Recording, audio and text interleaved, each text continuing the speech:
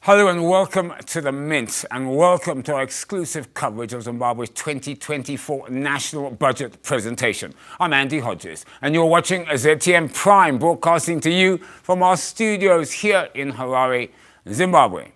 It's Budget Day.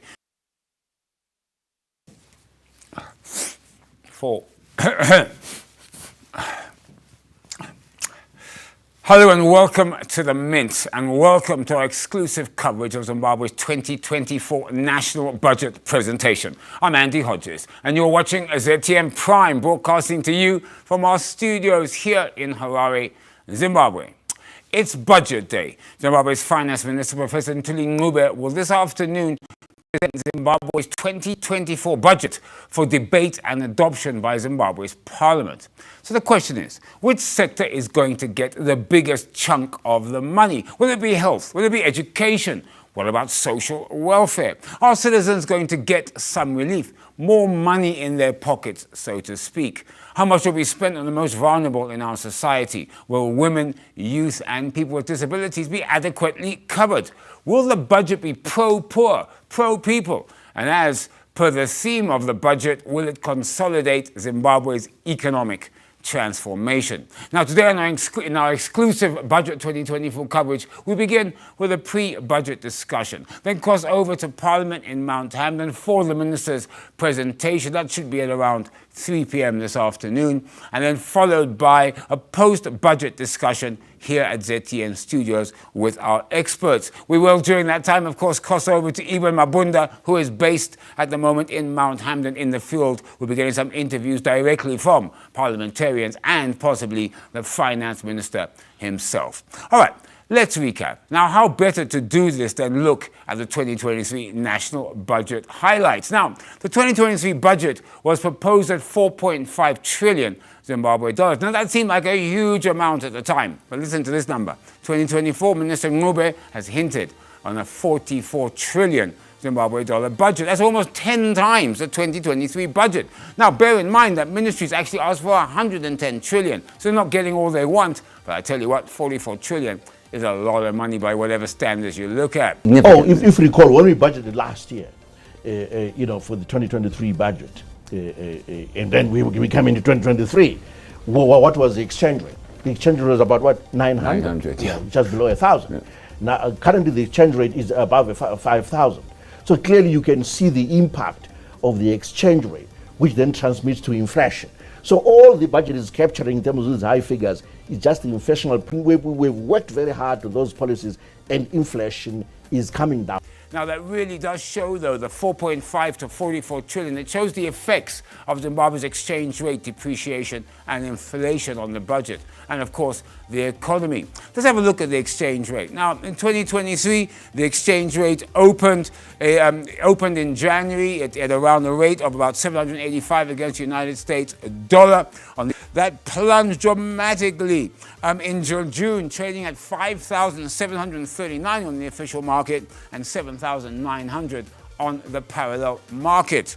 In July, the Zimbabwe dollar strengthened a touch, trading at 4,516 and 6,100 on the official and parallel markets, respectively. You can see that it remains stable August, September, October, and November, and then taking a slight depreciation coming into November, where it's now currently trading at 5,770. Highlights again how important it is that the policies are put in place to ensure exchange rate stability and measures, especially fiscal, to continue with hawkish monetary and fiscal policy stance, ensuring constraint, for example, on things like money supply. We ensure money supply is kept out of existence, if I can put it that way. Critical end, because without that, then we can't control inflation, then we can't plan, then we are in a volatile inflation environment. It's difficult for companies to plan. We slow down investment, we end up slowing down. 2023 budget, I'm sure you guessed it. It was salaries and wages. Look, the public service wage bill gobbled up about just over 52% of the budget. And that was, of course it did. You can see there, 52.4% was going to public services, wages and salaries. That was a tight number, actually, for the Minister of Finance to keep last year. It was touch and go, particularly in the back of exchange rate movements and inflationary pressures.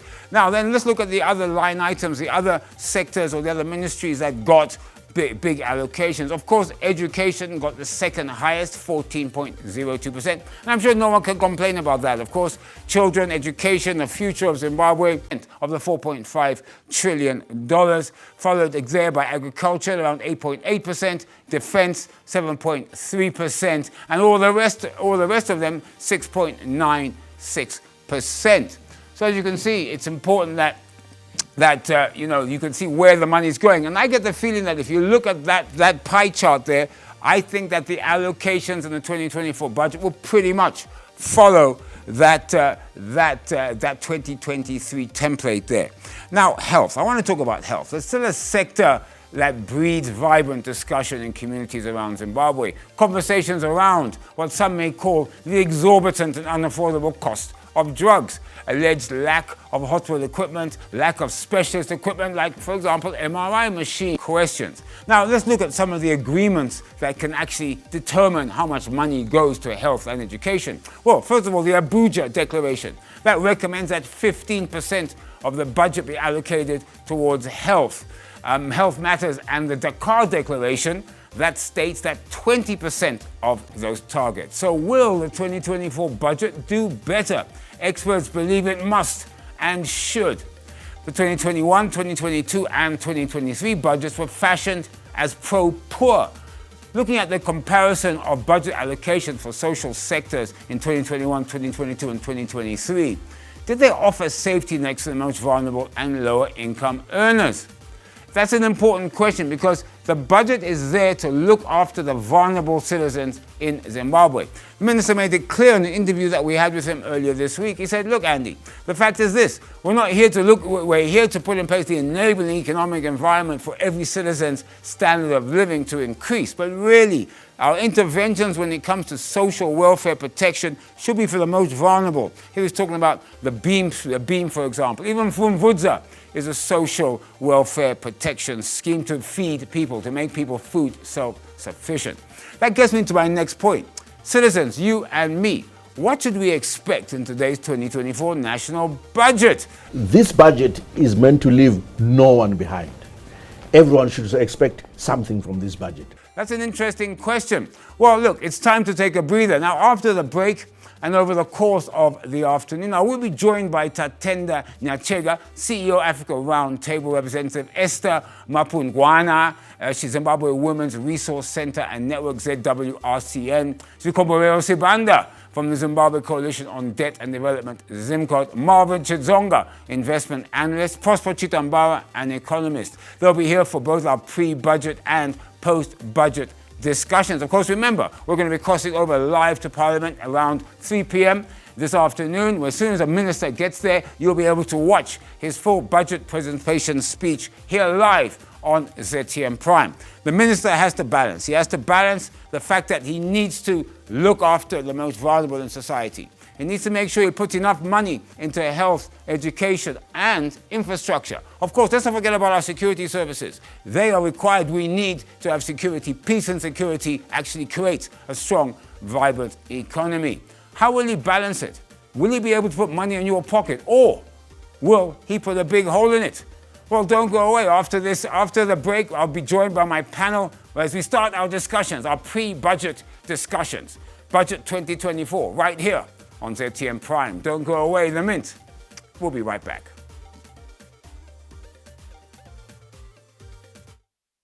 Christmas is here in all Bon Marché stores. We have the best selection of all your grocery needs and occasions this Christmas. Get your 1 kg Farmer J's drumsticks for $4.50.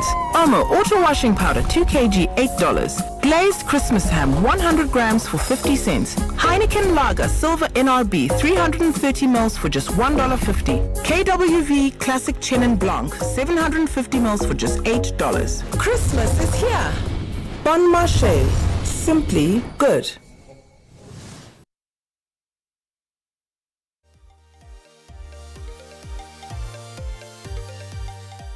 Well, welcome back. You're watching The Mint. And of course, this is our 2024 National Budget special right here on ZTM Prime. Of course, right now, everything is happening in Mount Hamlin, just a short distance away from us here in the capital, Harare. Of course, I'm Andy Hodges, as you know, and I'll be with you with my guests all afternoon as we analyze, look at, dig deep, investigate into the 2024 budget. Now, I'd like to just welcome with me at the moment Esther Mapungwana from the Zimbabwe Women's Resource Center Network, ZWRCN. I've also got Sikomborero Sibanda, analyst. We will be joined later by Prosper Chitambawa and Tatenda Nyachega from the CEO Roundtable, and Prosper, of course, is an economist. Ladies and gentlemen, welcome.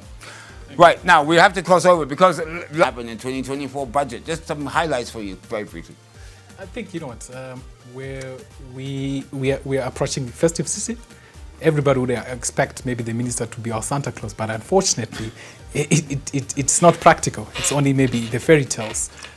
We are living in an age where we have maybe at our disposal, which is maybe scarce financial resources, which cannot be stretched beyond a certain level. He says 18% is his cap. Yeah. Over that, he hasn't got the money. Of course. So if you look at the expectations from line ministries in terms of maybe the allocations, definitely there's always going to be a gap at any time. And in this case, we are looking at about $107 trillion being expected from a lot of the stakeholders from within our country, against maybe the now, which is sort of probably half of what he can allocate.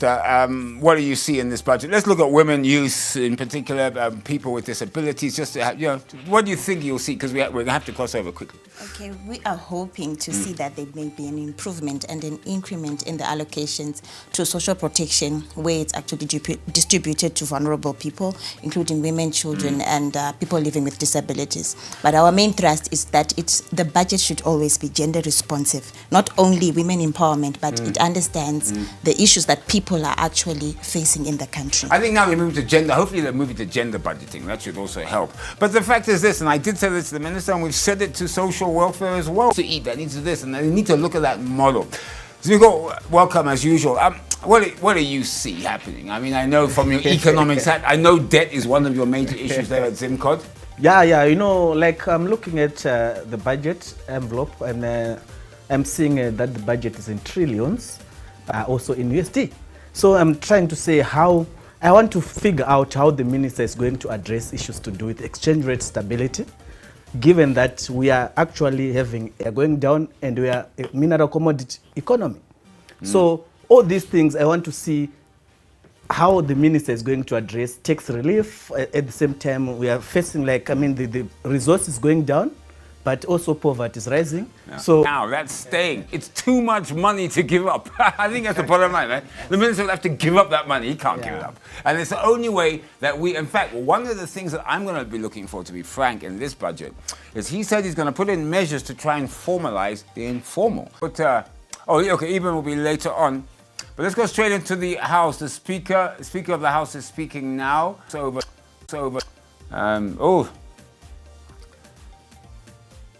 be interesting to see what's going to happen. So this IMMT body gets paying something because the numbers are terrible. 20% of us pay taxes, 80% don't. Molly? Well, yeah, to some extent you can say that, but also we, being a cash economy, the revenue sources for the government, not just the taxes themselves, but also other sources, given especially China, they have a lot of offshore assets which they can use during lean times. So it's high time creation of the Sovereign Wealth Fund. In as much as some people may attack it, but it goes a long way in smoothing revenue flows, as well as even the expenditure, which is both productive as well as socially responsive. That's the one thing that I think we noted, and I think me and Vikomo have spoken about this before, and the 2023 and 2022 didn't capitalize it. Okay, right? Put money in for youth programs and SME programs. I haven't found anyone who's managed to access that money. Okay, I don't know if the word is confused, but what system? We need to put in place a system whereby if he puts money for the women, they must be able to get it.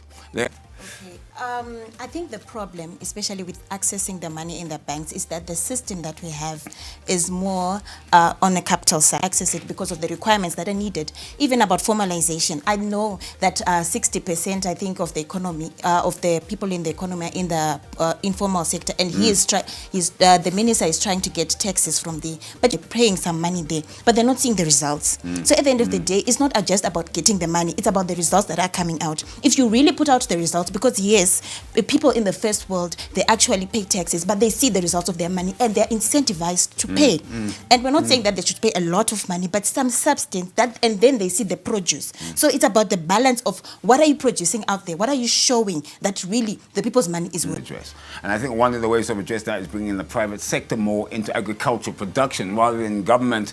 Obviously, from Woods is meant to make sure people are food self-sufficient and much more helping the rural people to get the inputs and so forth to be able to. It's got to get off our budget. It has to, because we can't carry it every year in and year out, particularly when you have expenses like infrastructure and so forth.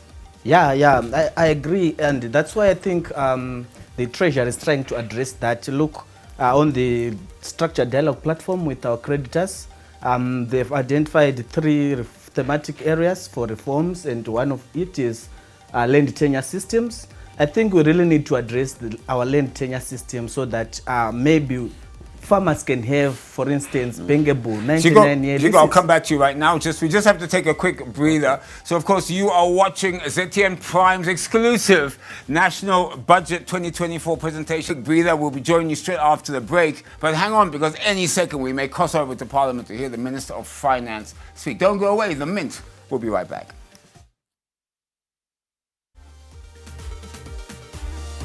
Christmas is here. Buy bulk and save this Christmas at OK Mart. Get your 10 by 2 kg Azam self-raising flour for just $19.80. 6 by 1 liter Life UHT milk for just $7.30. 25 by 750 ml Sunlight dishwashing liquid for just $79.50.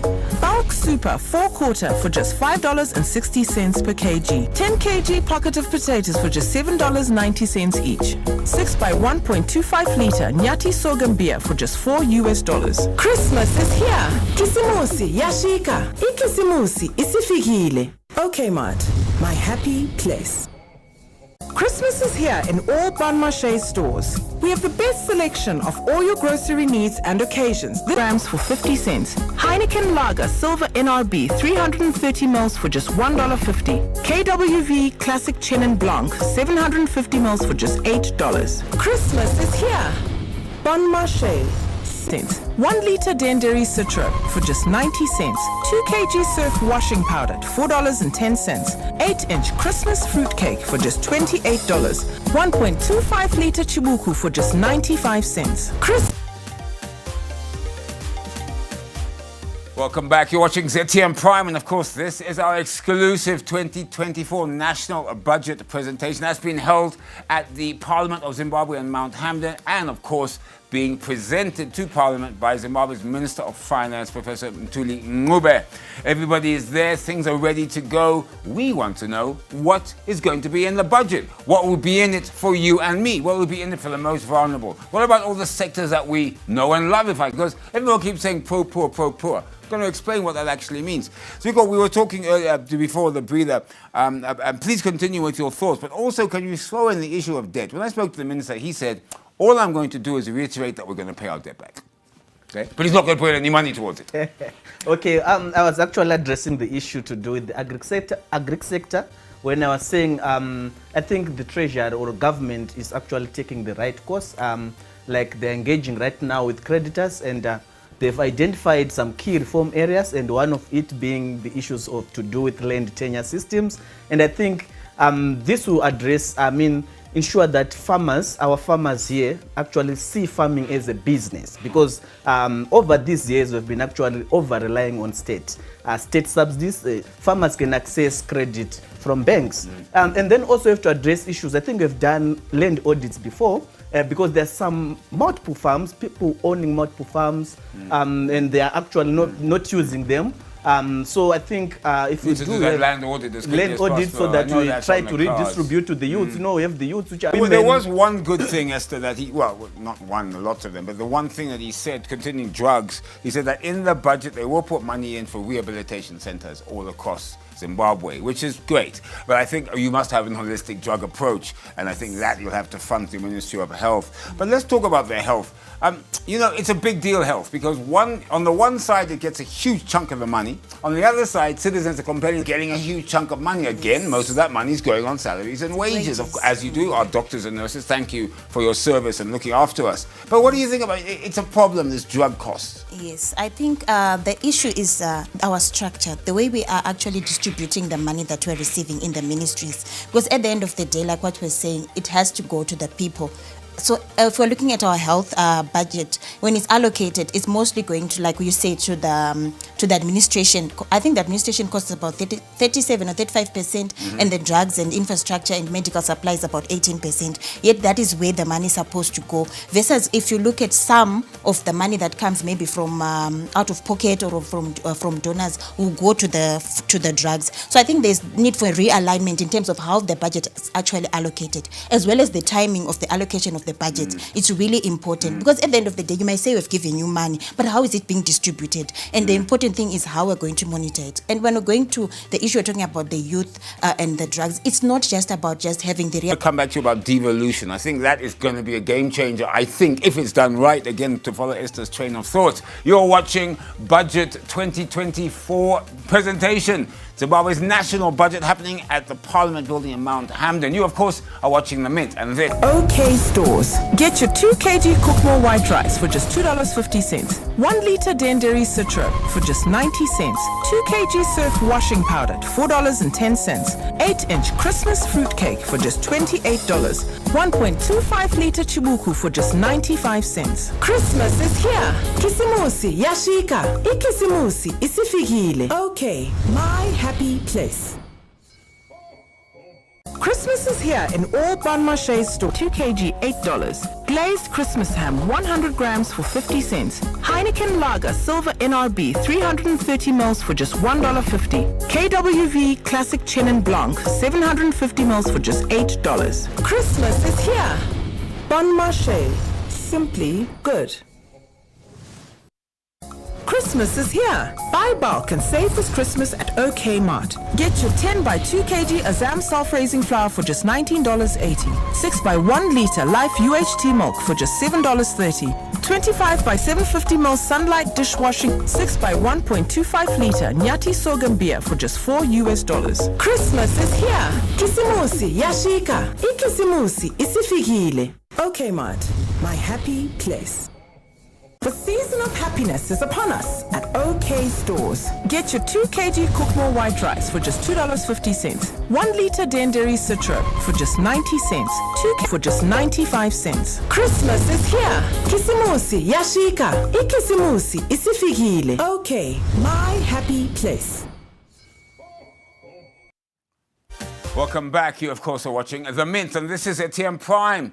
Today is our exclusive Ngube. Now, we're now joined by Eben Mabunda. Eben Mabunda is ZTM reporter. Of course, he's based there at, he's based right now at Parliament. Eben, good afternoon. Look, I don't know. Look, this is The Mint, so of course, we're highly excited, as we always are, when it comes to economics, budgets, all that kind of, what someone said to me, Andy, you're a nerd, believing the minister should get money on.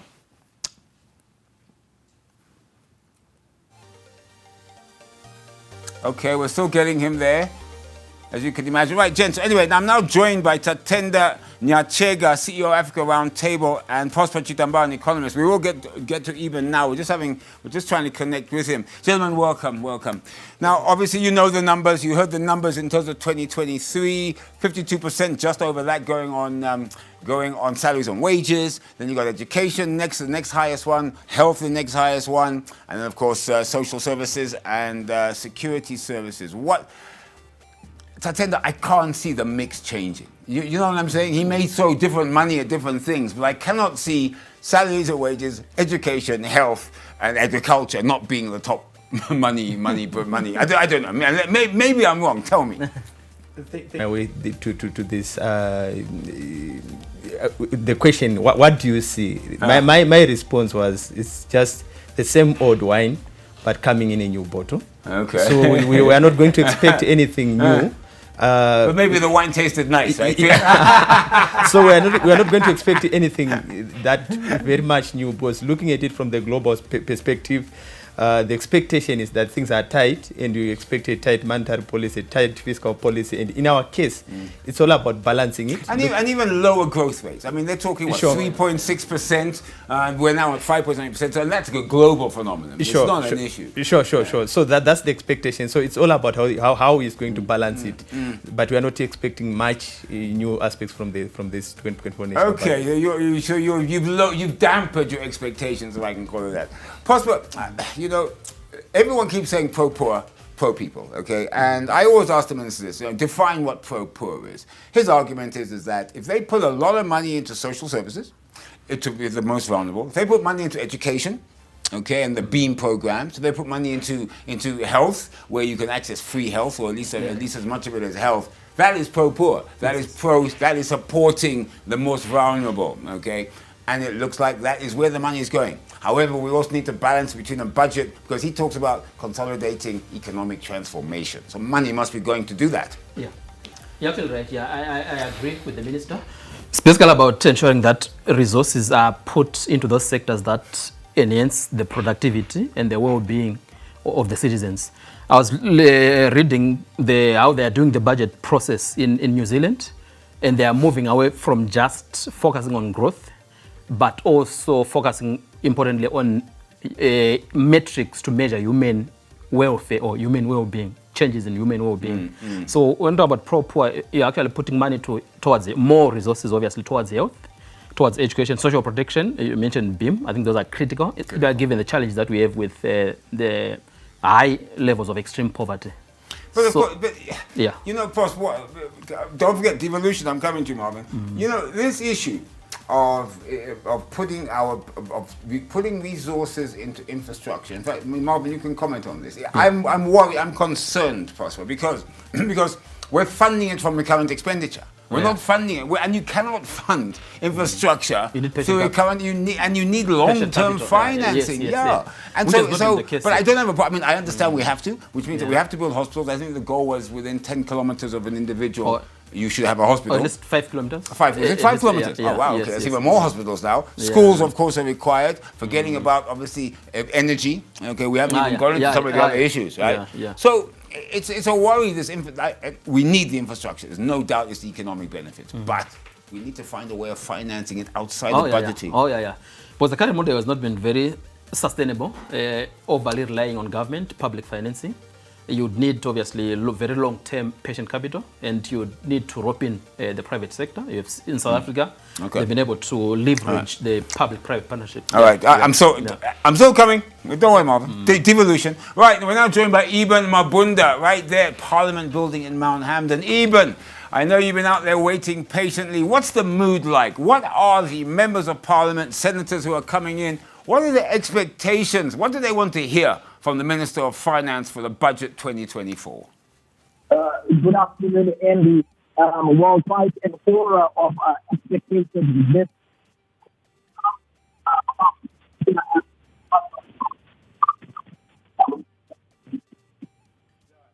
Hi, Eben. Yeah, we seem to be having. We'll try and clean up the sound. Eben, can you hear me? Eben? Yes, I can hear you loud and clear. Okay. Yeah. Go ahead. Right. So I was explaining the atmosphere and the environment of expectation right here at the new Parliament building in Mount Hampden. We first of all saw members of Parliament trickling in from about 1:30 or so, and then we also saw some ministers coming through, some notable faces, and of course they have been coming through to make sure that they are in for the most important, should I say second most important policy document, of course, after the State of the Nation Nation address.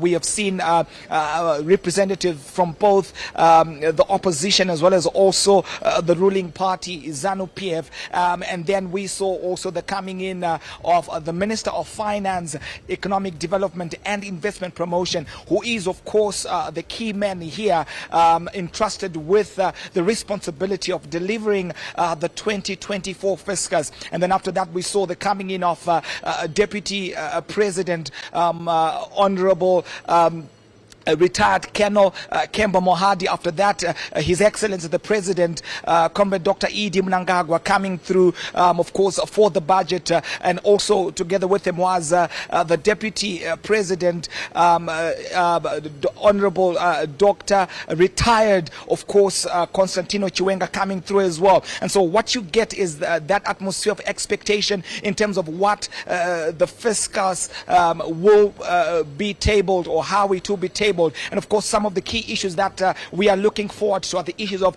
macroeconomic stability. We saw the Zimbabwe dollar depreciate by over 87% during the course of 2023 alone, of course, against the United States dollar, and inflation that is continued to rage on in 2023.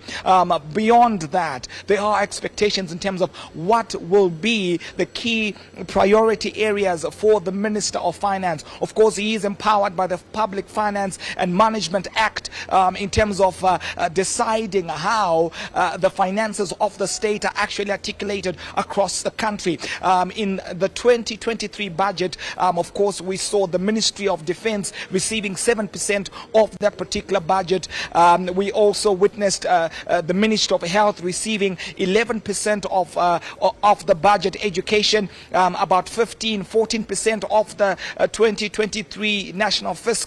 And so it remains to be seen what will be the key priority areas for the minister in as far as 2024 is actually concerned. And so these are some of the issues that you can look for to being articulated. Also of interest to the public is the issue of taxes, as well as also the tax bans that are associated with that. Because given how it is that inflation is pinching at the disposable income of citizens, expectations are high in terms of what or how the minister will articulate these issues. But of course, Andy, if you recall in your exclusive conversation with the minister, he said that we can expect to see more money in the hands of Ngube. Looks like he's just about to start his budget presentation. Now, it'll be interesting to see what happens. Of course, we need to see where he will allocate the priorities. This is the government's financial plan for the next year. Let's cross over to Parliament, the Minister of Finance of Zimbabwe.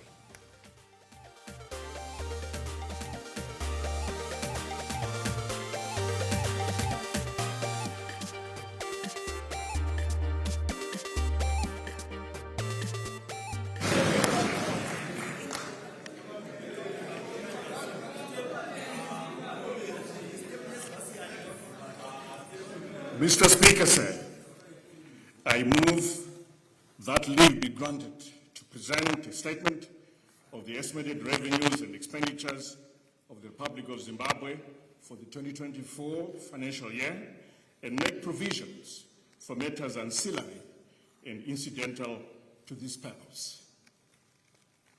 This is in compliance with Section 103, subsection 1 of the Constitution, as read with Section 7, subsection 2A of the Public Finance Management General Regulations of 2019. As an introduction, Mr. Speaker, sir, this being the first budget following conclusion of the August 2023 harmonized elections, allow me to congratulate His Excellency the President, Dr. Edi Mnangagwa, and all honorable members who were re-elected and those serving for the first time in this august House. I look forward to working closely with all of you as we implement the National Development Strategy 1, NDS 1, which seeks to achieve the country's vision of becoming an upper middle income society by year 2030. Let me take this opportunity to thank His Excellency the President, Dr. Edi Mnangagwa, for his wise counsel and support during the formulation of this budget. credit also goes to the two Vice President, Honorable General Retired Dr. CGDN Chiwenga and Honorable Colonel Retired KCD Mohadi, as well as fellow cabinet ministers for their inputs and suggestions. The President's people-centered development philosophy, Nika, inowakwa, ikotongwa, igonamatigwa, nevenevayo. Ilizwe lakhiwa, liwuswe, likhulekelwe ngabanikazi balo. This philosophy enjoins all levels of government and citizens to provide new impetus to the country's transformation agenda of enhancing production and productivity across all sectors of the economy in order to build a stronger economy and a fairer society where peace, security, and leaving no one and no place behind. Mr. Speaker said,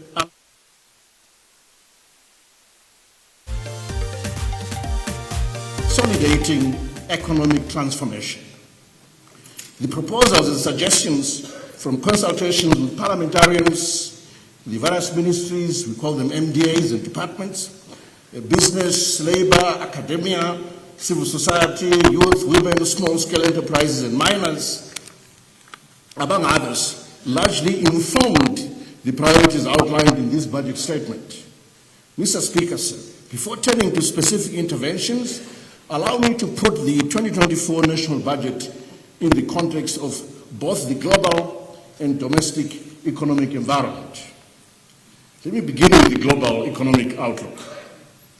The global economy is expected to continue to recover, but unevenly, from the negative impact of the COVID-19 pandemic and the cost of living crisis. The unprecedented tightening of global monetary conditions in response to decades high inflation levels has slowed the pace of global economic recovery. Consequently, the International Monetary Fund and through its World Economic Outlook, they focus in October 2023 that global growth will slow down from 3.5% in 2022 to 3% this year, 2023, and then down to 2.9% in 2024. Mr. Speaker said there should be slides on the walls. I see there's a big slide indeed. I'm sure members could follow some of those figures there. Growth in the sub-Saharan Africa region is projected at 3.3% in 2023, and it will pick up to 4% in 2024, mainly driven by strong performance in non-resource intensive countries. The real GDP growth rate of the Southern African Development Community SADC is projected to decelerate to 1.6% in 2023 from 2.7% in 2022 before recovering to above 2.7% in 2024. A few words about global inflation, Mr. Speaker. Mr. Speaker, sir, declining international commodity prices, monetary policy tightening have hampered headline inflation during 2023. In that regard, global headline inflation is projected to decelerate to 4.8% in 2024 on a year-on-year basis. This is from as high as 8.7% and 5.9% in 2022 and 2023, respectively. In terms of commodity prices, the outlook period, commodity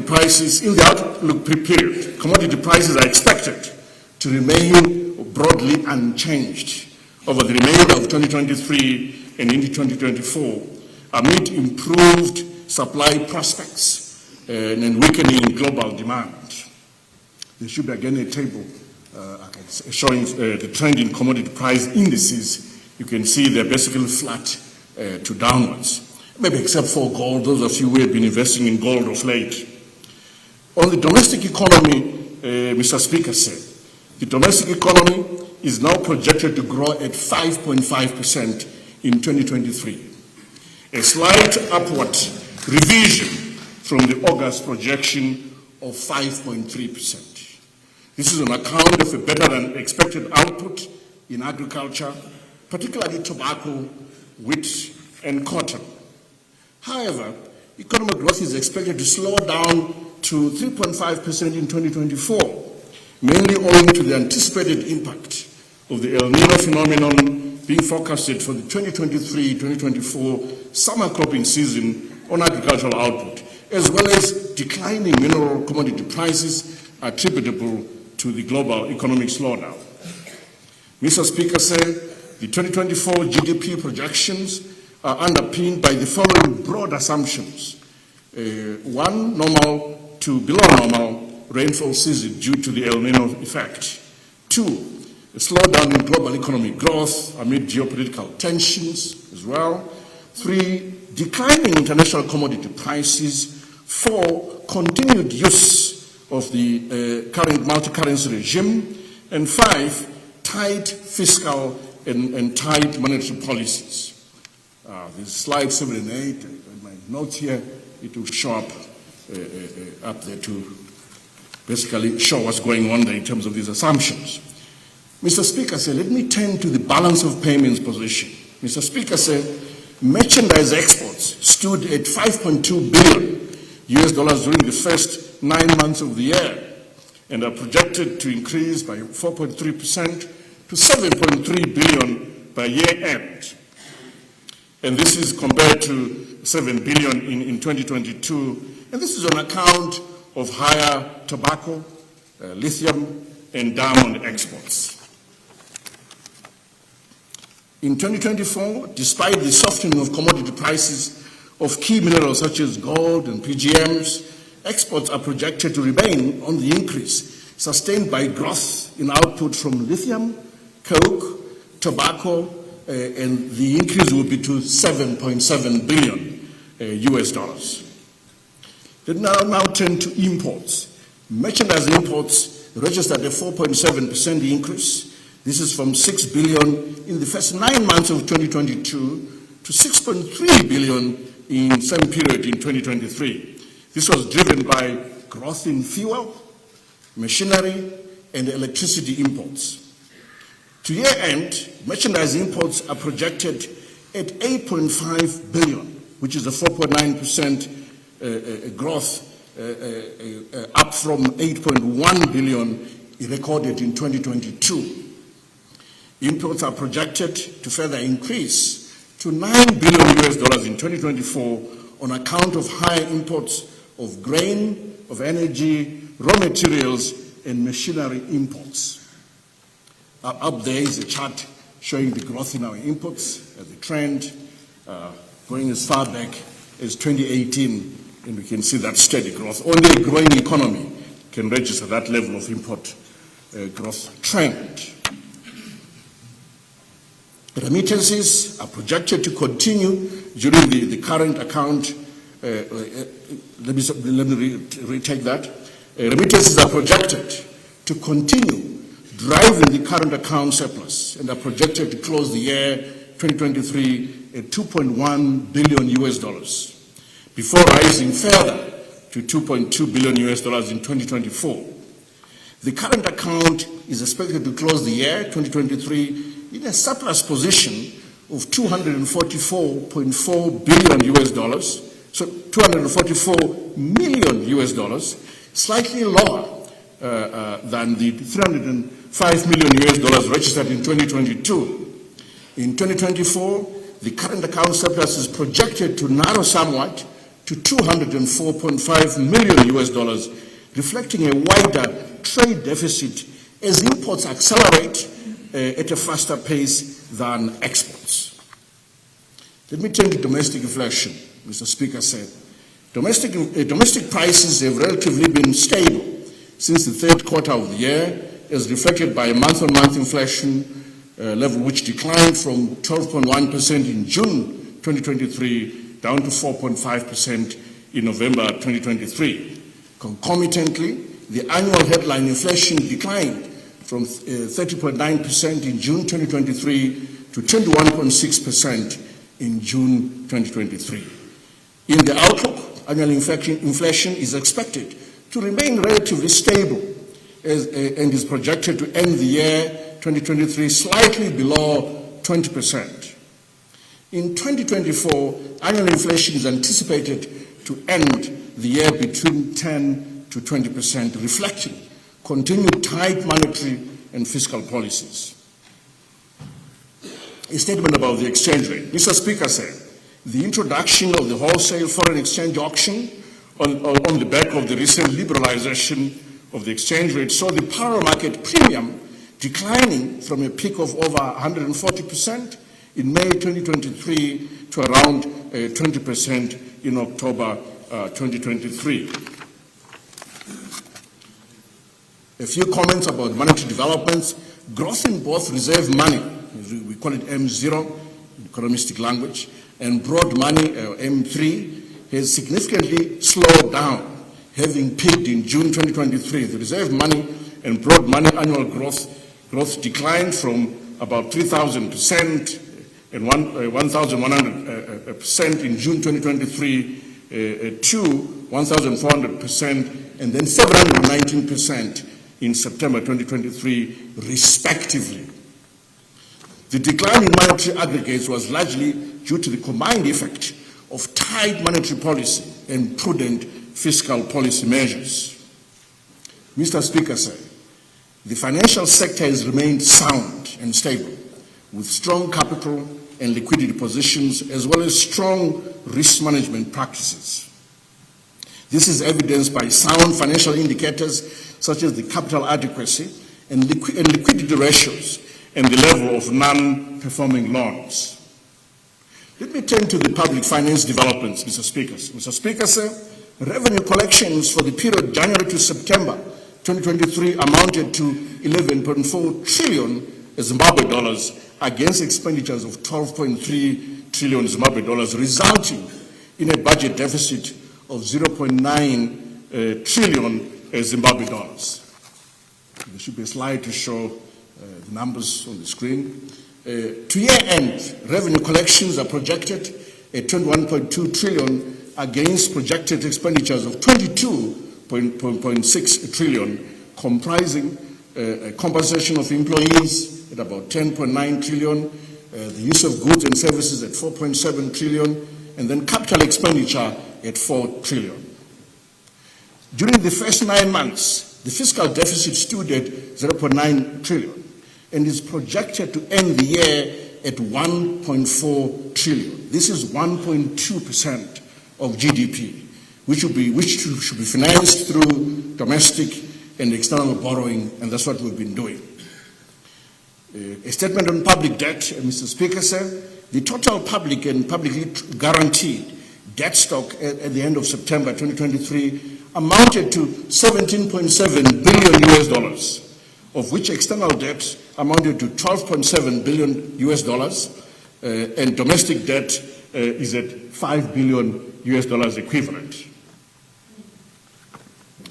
Let me turn to the macroeconomic fiscal framework for 2024, which is basically driving our projection as well as revenue forecast, Mr. Speaker, sir. Mr. Speaker, sir, in line with the projected economic growth of 3.5%, total revenue collections in 2024 are estimated at 53.9 trillion Zimbabwe dollars, which is 18.3% of GDP. And this is an increase from the current ratio of about 17.8% of GDP. And this is broken down into 51.2 trillion in terms of tax revenue, and then 2.7 trillion in non-tax revenue. Guided by the expected revenue envelope and the desired fiscal path, expenditures in 2024 are projected at 58.2 trillion or 19.8% of GDP. The proposed expenditures take into account the following. One, the need to maintain the purchasing power of civil service salaries. Two, ensuring provision of core social services that benefit the poor. 3, sustaining maintenance and rehabilitation of government infrastructure. 4, prioritize support to ongoing public infrastructure projects. 5, non-accumulation of arrears. And finally, 6, an increase in the funding of infrastructure projects through public-private partnerships, otherwise known as PPPs. The total budget financing gap amounts to 9.2 trillion Zimbabwe dollars, comprising a budget deficit of 4.23 trillion Zimbabwe dollars, or 1.5% of GDP, and amortization of loans and maturing government securities estimated at 4.9 trillion Zimbabwe dollars. The deficit will be financed through domestic and external borrowing. Mr. Speaker, sir, I now turn to the proposed vote allocations. Mr. Speaker, sir, during the formulation process of the 2024 national budget, the various ministries, departments, or MDAs submitted funding requirements, which we call bids, of over 110 trillion Zimbabwe dollars. This is against the available envelope of only 58.2 trillion Zimbabwe dollars. The envelope is limited by the sustainable revenue to GDP ratio of about 18%, which has been allocated to the various ministries, the MDAs, and is indicated. There is a table on the screen, but I'll go through each vote in a minute, one by one. But maybe let me delve into the budget priorities and then delve into the vote allocations. Mr. Speaker, sir, the priority areas of the 2024 national budget have largely benefited from the NDS 1 midterm review, as well as input from various stakeholders.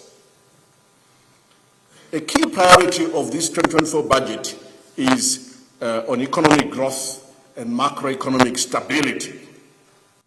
The fiscal policy 2024 national budget is guided by the need to maintain a sustainable budget deficit within the SADC macroeconomic convergence threshold of not more than 3% of GDP.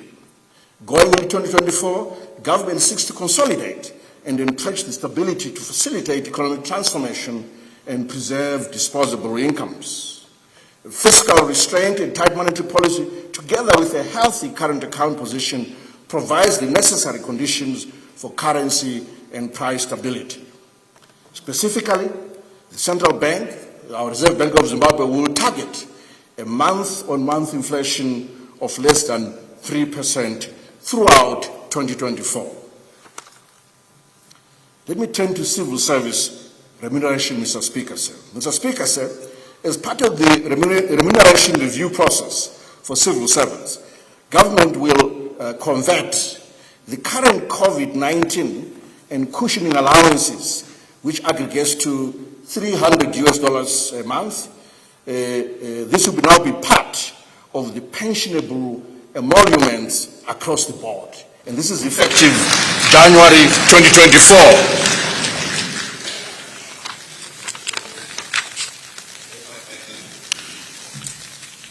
Let me transition to the productive sectors and the ministries that support those sectors, Mr. Speaker, sir. Mr. Speaker, sir, starting with agriculture, the country has achieved national food security through its agriculture support model. Going forward into 2024, the thrust is on consolidating the gains achieved so far. In this regard, 4.3 trillion Zimbabwe dollars is being allocated to the Ministry of Lands, Agriculture, Fisheries, Water and Rural Development to spearhead the implementation of agriculture and food systems transformation strategy. A footnote, Mr. Speaker, sir, we are chasing the target of the Maputo target, which says that the budget for the agricultural sector should not be less than 10% of the total budget. And we have tried to really get there at 4.3 trillion Zimbabwe dollars allocation to the ministry. A few words about the manufacturing sector. Mr. Speaker, say in 2024, the sector is projected to grow by 1.6%, whilst capacity utilization is expected to average 60% on account of expected price and exchange rate stability, improvement in electricity supply, as well as increased usage of the local currency. There's a chart on the screen showing the capacity utilization currently at about 60% for the sector. To sustain the gains recorded so far in the manufacturing sector, an amount of 130.5 billion Zimbabwe dollars is being allocated to the Ministry of Industry and Commerce to support development and implementation of industrial policy and the retooling of the industry. Let me turn to the mining sector. Mr. Speaker, government will continue to support the mining sector to ensure sustainable growth of the sector, projected at 7.6% in 2024, driven by ongoing investment in the PGMs, group of metals, in gold, in coal, in lithium, among others. There's a chart showing the growth in that sector on the wall. In this regard, an amount of 132.7 billion Zimbabwe dollars is being proposed as an allocation to the Ministry of Mines and Mining Development to implement the legislative and administrative reforms that provides a conducive environment for mining and beneficiation. Let me turn to tourism. Mr. Speaker, the tourism industry is expected to continue on a growth path driven by domestic, regional, and international tourist arrivals. To support the operations of the Ministry of Tourism and Hospitality, an amount of 71.1 billion Zimbabwe dollars has been allocated to spearhead tourism development in the country, as well as marketing the country as a destination of choice. I now turn to climate issues. The government recognizes the importance of conserving our environment through combating the unsustainable exploitation of our natural resources, addressing climate change impacts, as well as wildlife conservation. Hence, an amount of 135.5 billion Zimbabwe dollars is being proposed as an allocation to the Ministry of Environment, Climate and Wildlife. Let me turn to the cluster of infrastructure, ICT, and the digital economy. Mr. Speaker, one of our own in our profession, Larry Summers, who is a well-known economist, once said that expenditure on infrastructure is an investment in the long-term productivity and competitiveness of an economy. Therefore, outlays towards the sector seek to re-establish functional infrastructure services by improving the quantity, quality, and access in order to improve the country's investment climate, reduce the cost of doing business, as well as enable citizens to engage in socio-economic activities. The government will expand and modernize funding models that broaden the investor base in flexible and innovative ways, such as asset recycling and the use of public-private partnerships, PPPs.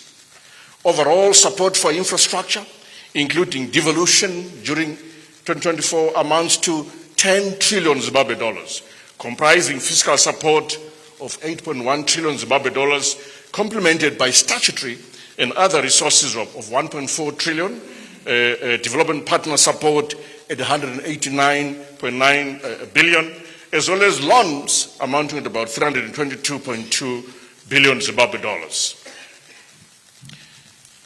A comment on transport, Mr. Speaker. Mr. Speaker, improvements in our transport systems remain critical given the need to enhance connectivity and access, including the promotion of regional and international trade. In this regard, 1.2 trillion Zimbabwe dollars has been allocated to the Ministry of Transport and Infrastructure Development to facilitate the rehabilitation and construction of transport infrastructure, such as roads, ports of entry, airports, as well as to facilitate the turnaround of the National Railways of Zimbabwe, NRZ. Coming to energy, Mr. Speaker, the Ministry of Energy and Power Development has been allocated 90.1 billion Zimbabwe dollars to facilitate investments in energy generation, enhancing the transmission and distribution network, as well as sustaining the rural electrification program. On the digital economy, consistent with our NDS-1 objective of attaining a digitally enabled economy, the budget will support interventions that harness and promote the use of ICT services across the whole spectrum of the economy. In this regard, an amount of 185.3 billion Zimbabwe dollars has been allocated to the Ministry of Information, Communication Technology, Postal Services, and Courier Services. Let me turn to housing, Mr. Speaker, sir. Mr. Speaker, sir, I recall the former IMF chief and the current president of the European Central Bank, Madame Christine Lagarde, saying that housing is not just a basic need. It is an essential component of a vibrant and inclusive economy. Government will work closely with the private sector and other stakeholders to put in place appropriate packages and incentives that allow for enhanced financing and implementation of targeted housing delivery projects. An amount of 353 billion Zimbabwe dollars has been allocated to the Ministry of National Housing and Social Amenities to facilitate construction of houses to the general public, civil servants, as well as institutional accommodation. Let me turn to water and sanitation. Mr. Speaker, sir, the 2024 national budget has set aside 608.3 billion towards the following strategic priorities in the water and sanitation sector. The rehabilitation and maintenance of existing water and sanitation infrastructure. 2, the construction of additional water bodies targeting completion of ongoing dam projects. 3, capacitation of local authorities like ZINWA and other agencies involved in water resource management. And 4, improving access to water and sanitation services in the rural areas through drilling of boreholes and the construction and rehabilitation of water supply schemes.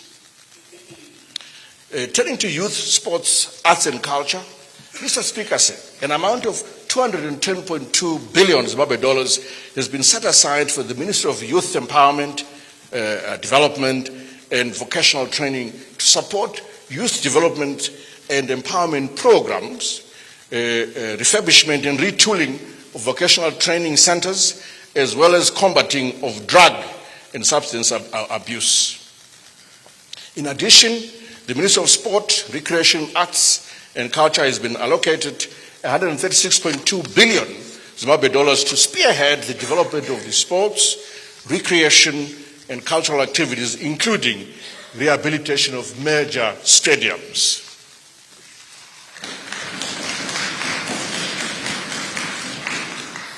I now turn to the aspect of women, gender equity, SMEs, and support for war veterans. Government is committed to empower the marginalized sections of society, including women and small to medium-scale enterprises, SMEs. Hence, 188.1 billion Zimbabwe dollars has been allocated to the Ministry of Women's Affairs, Community, Small and Medium Enterprises, Development, to implement empowerment initiatives, including the recapitalization of empowerment institutions such as Empower Bank, SMETCO, and Women's Development Fund.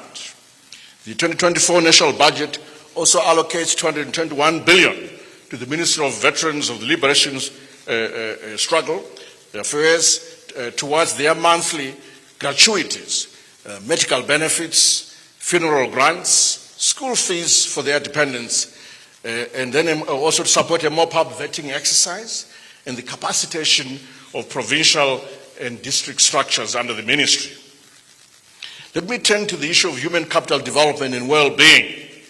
Mr. Speaker, sir, interventions in core social services of education, health, as well as timely social protection for the vulnerable will ensure that every child has an opportunity to maximize its human potential, human capital potential, and contribution to society.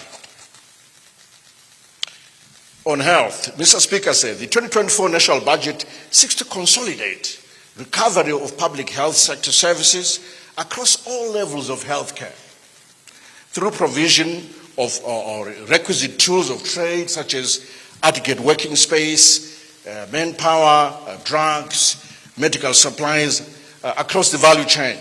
In this regard, an amount of 6.3 trillion Zimbabwe dollars has been allocated towards the Ministry of Health and Child Care.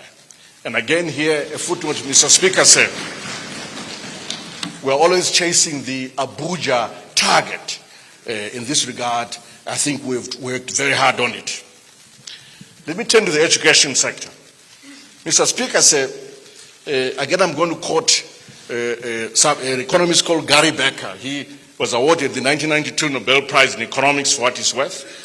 He says that expenditure on education and skills development is an investment in human capital, which is a key driver of economic progress and social mobility. Looking at the primary and secondary education, therefore the 2024 national budget prioritizes provision of quality and easy access to education and other learning opportunities for children, which is central to the attainment of SDG number 4. In this regard, 8 trillion Zimbabwe dollars has been set aside for the Ministry of Primary and Secondary Education for learning and as well materials as well as teacher capacitation at primary and secondary education levels. This includes resources for the procurement of sanitary wear for disadvantaged girls. Then on higher and tertiary education, Mr. Speaker, I propose to allocate 2.4 trillion to the Ministry of Higher and Tertiary Education, Innovation, Science and Technology Development to support implementation of Education 5.0, which promotes a knowledge-driven economy that is sustained by innovation, industrialization, and modernization. Mr. Speaker, a footnote, both these allocations for primary and secondary education and for higher and tertiary education, we add those up together, you will find that they are way beyond the 20% target which has been set through the Dakar agreements, which says that no less than 20% of the budget in Africa should be allocated to this sector. Let me turn to the skills audit aspect. Mr. Speaker, an amount of 43 billion has been allocated to the Ministry of Skills Audit and Development for undertaking national skills audit that seeks to identify existing human capital gaps that need to be addressed. The audit will also attempt to identify the skills for the future, especially in areas such as generative artificial intelligence, AI, as well as areas of potential national comparative advantage. I now turn to social protection.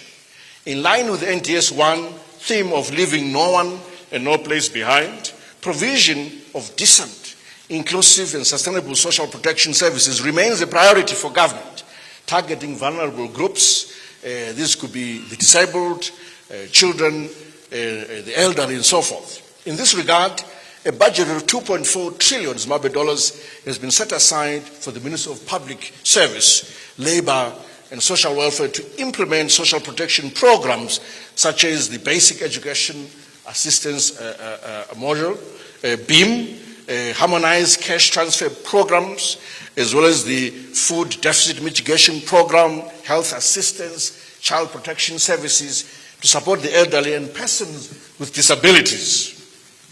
I now turn to effective institution building and governance, which is also a priority of this budget. Mr. Speaker, successful economic transformation hinges on effective institutions of governance, which promotes private sector development through a conducive economic environment. To facilitate legislative reforms, including the alignment of laws to the Constitution, the 2024 national budget has allocated 1.1 trillion Zimbabwe dollars to the Ministry of Justice, Legal and Parliamentary Affairs. In addition, the government will continue to capacitate and reform critical institutions of governance in order to improve the doing business environment. Let me turn to state-owned enterprises reform. Mr. Speaker, sir, as part of the state enterprise reform agenda, the government is addressing the conflict of interest that arose from exercising both ownership and regulatory functions, which undermines progress on the implementation of critical reforms that are required to improve performance as well as achieve the national vision. The Mutapa Investment Fund, a sovereign wealth fund, was established to deal with this. The fund will therefore be expected to implement measures that will strengthen the targeted parastatals governance frameworks and ensure operational profitability of the state-owned enterprises. A word about national security, Mr. Speaker, sir. The security forces play an important role of protecting the country's territorial integrity, national interest, and sovereignty over land and airspace against both internal and external aggression. Peace is key to economic development. Therefore, an amount of 8.6 trillion Zimbabwe dollars has been allocated towards the security cluster to meet their remuneration, food rations, operational equipment, and the necessary infrastructure for the Ministry of Defense, Home Affairs, cultural heritage, prisons and correctional services, as well as special services.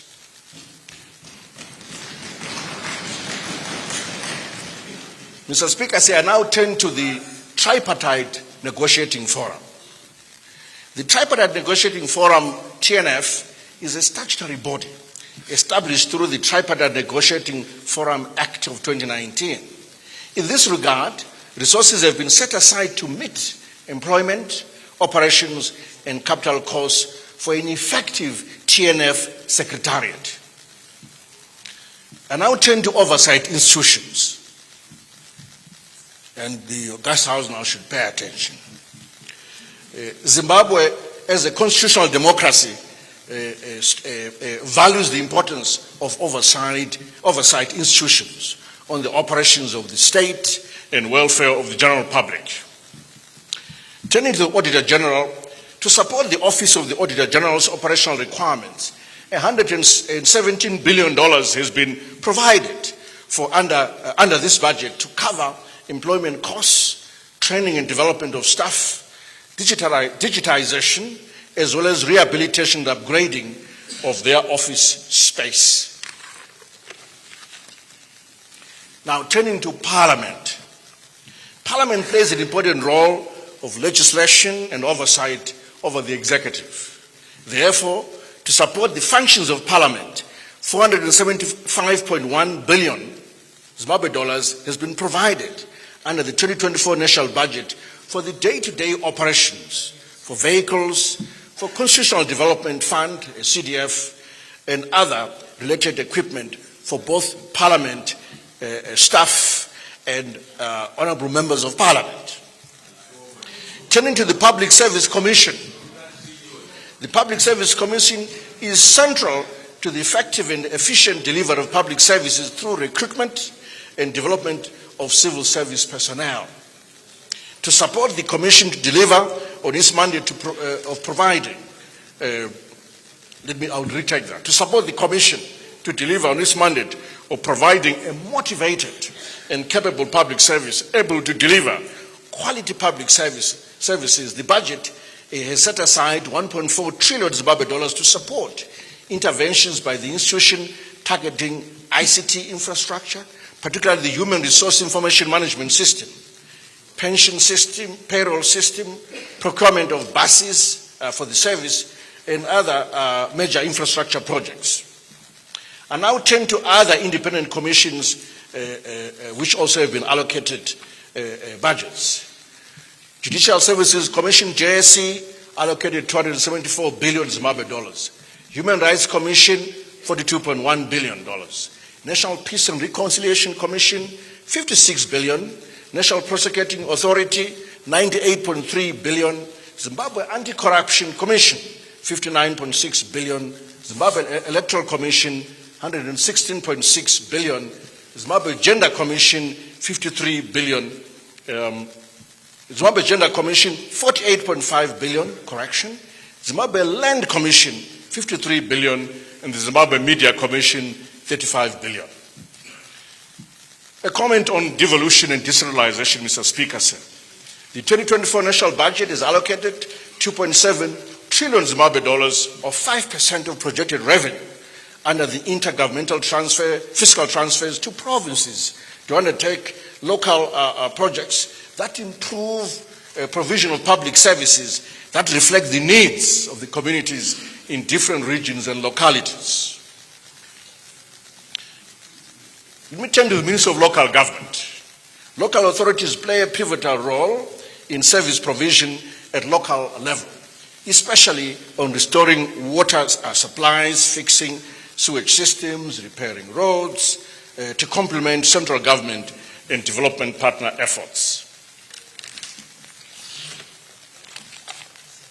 An amount of 1.2 trillion Zimbabwe dollars has been set aside for the Ministry of Local Government and Public Works to spearhead development within communities. Furthermore, the National Council of Chiefs has been allocated 40 billion Zimbabwe dollars to enhance management and traditional leadership systems. I now turn finally to image building, engagement and re-engagement. Mr. Speaker, sir, government is making progress on engagement and re-engagement under the institutionalized structured dialogue platform to underpin the Zimbabwe's arrears clearance and debt resolution process. The allocation of 976 billion Zimbabwe dollars to the Ministry of Foreign Affairs and International Trade is meant to advance image building, engagement and re-engagement. In addition, 122.4 billion Zimbabwe dollars has been set aside to the Ministry of Information, Publicity and Broadcasting Services in order for them to improve the country's image through robust information management and dissemination. That concludes the allocations in terms of votes that are proposed for the 2024 budget. Mr. Speaker, sir, I now turn to revenue measures. Mr. Speaker, sir, the measures that I'm presenting seek to provide relief to taxpayers, enhance the capacity of government to generate additional revenue, in particular from micro and small enterprises, the mining sector, as well as strengthen tax administration. Let me go straight into the tax relief measures, starting with income tax. Looking at the tax-free threshold, I propose to review the tax-free threshold to 750,000 Zimbabwe dollars per month, or 9 million Zimbabwe dollars per annum, and adjust the tax bands to end at $270 million per annum, above which the tax will be levied at a rate of 40%, and this is with effect from 1 January 2024. On the bonus tax-free threshold, I further propose to review the local currency tax-free bonus threshold from 500,000 Zimbabwe dollars to 7.5 million Zimbabwe dollars with effect from 1 November 2023.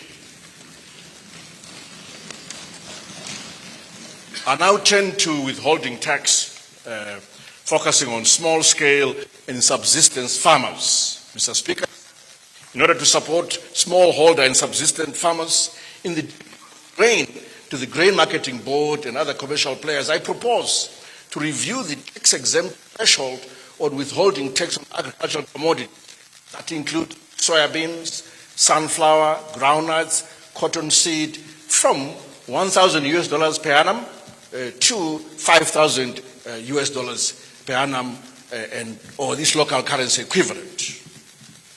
Let me turn to the suspension of duty on motor vehicles that are imported by safari and tour operators. In order to allow the tourism sector to fully recuperate, I propose to renew the suspension of duty on new motor vehicles imported by safari and tour operators for a further 2 years, beginning 1 January 2024. Mr. Speaker, so that was a summary of some of the tax relief measures, there is more in the thicker statement. Let me turn to revenue enhancing measures, starting with the taxation of micro and small enterprises. There's an urgent issue regarding the licensing of traders, Mr. Speaker said. In order to restore the supply chain from the manufacturer, wholesaler to retailer, I propose that only licensed and tax-compliant operators procure goods from manufacturers and wholesalers. In addition, I therefore propose that only traders registered for VAT purposes and in possession of a valid tax clearance certificate be eligible to procure goods from manufacturers. I now turn to VAT registration thresholds. I further propose to review downwards the VAT registration threshold to $25,000 or its local currency equivalent with effect from 1 January 2024. Enterprises that meet the above threshold should thus register and account for VAT, failure of which applicable penalties will be invoked. I now turn to something new, Mr. Speaker said. It's called the minimum domestic top-up tax, which seeks to foster a fair and effective tax system across the entire world. Mr. Speaker said, the domestic minimum top-up tax, DMTT, is part of the global rules which aim to ensure that global profits of large multinational enterprises are taxed at a minimum corporate income tax rate of 15%. Granting of generous tax incentives results in an effective tax rate of less than 15% for some of the multinationals. Under the global tax rules, where tax incentives results in an effective tax rate of less than 15%, the tax jurisdiction where the multinational is headquartered collects the difference between the effective tax under the tax incentive and the minimum effective tax rate of 15%. This is called the top-up tax. So the DMTT allows the country where the low tax profits arise from the tax incentive to collect the top-up tax rather than ceding tax rights to the headquarter jurisdiction of the multinational. The calculation of the DMTT will be based on the effective tax rate charged on the jurisdictional profits, not the jurisdiction's statutory corporate income tax. The DMTT only taxes the tax incentives to the same extent that the same income will be included in the headquarter country of the company, the multinational. I therefore propose to enact DMTT rules to guard against ceding tax rights to foreign jurisdictions on top-up tax arising from tax incentives that are provided to those investments. I now turn to the issue of surcharge on high-value vehicles. Mr. Speaker, and honourable members, will be aware that government in 2023 introduced a 30% surcharge on motor vehicles with a minimum free on board value of $120,000. This was aimed at enhancing the wealth redistributive function of taxes. There is thus scope to strengthen the concept in view of the volumes of high-value motor vehicles being imported. I therefore propose to expand the scope of the surcharge with effect from 1 January 2024. I think we have on the screens in a minute, I hope they'll show it, that for vehicles with a value of between 120,000 to 300,000, the surcharge is 30%, from 301,000 to 700,000, it's 40%, and above 700,000, the surcharge is set at 50%. I now turn to mining tax revenue contribution. Let me deal with the capital gains tax and stamp duty first. Mr. Speaker, sir, I propose that all documents and agreements for the transfer or disposal or lease of mineral rights be lodged with the state for review and approval before a transaction is concluded. Often transactions, Mr. Speaker, takes place offshore without our knowledge as a country for millions of dollars, and we're not involved. I therefore, in addition, I propose that no transfer of mining rights shall be approved without payment of capital gains tax and stamp duty or any other tax due on the value of the transaction. Failure to abide by this condition shall render the disposal or lease of mining rights null and void. Let me come to the issue of sharing of revenue with the state on disposal of mineral rights. In view of the recent developments where mining rights are disposed of privately outside the country at sometimes astronomical prices, I propose that revenue derived therefrom be shared equally with the state.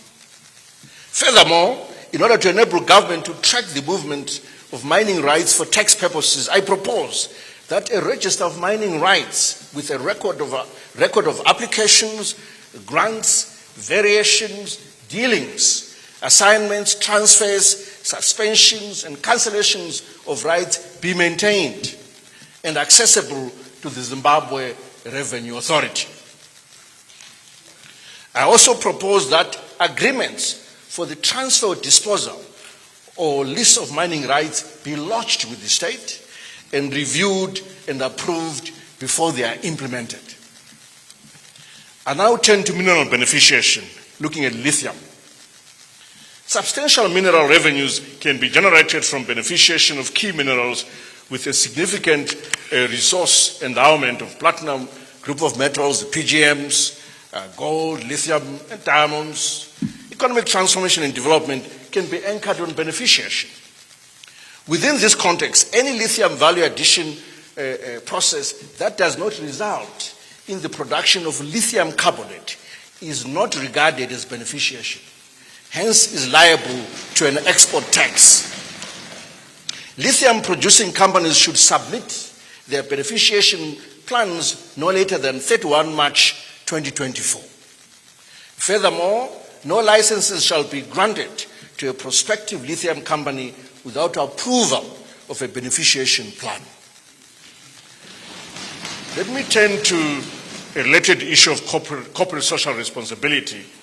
As a token of remembrance of the mountains, Mr. Speaker said, that nature offered, local communities should be provided with basic services that include water, healthcare, electricity and sanitation, among others.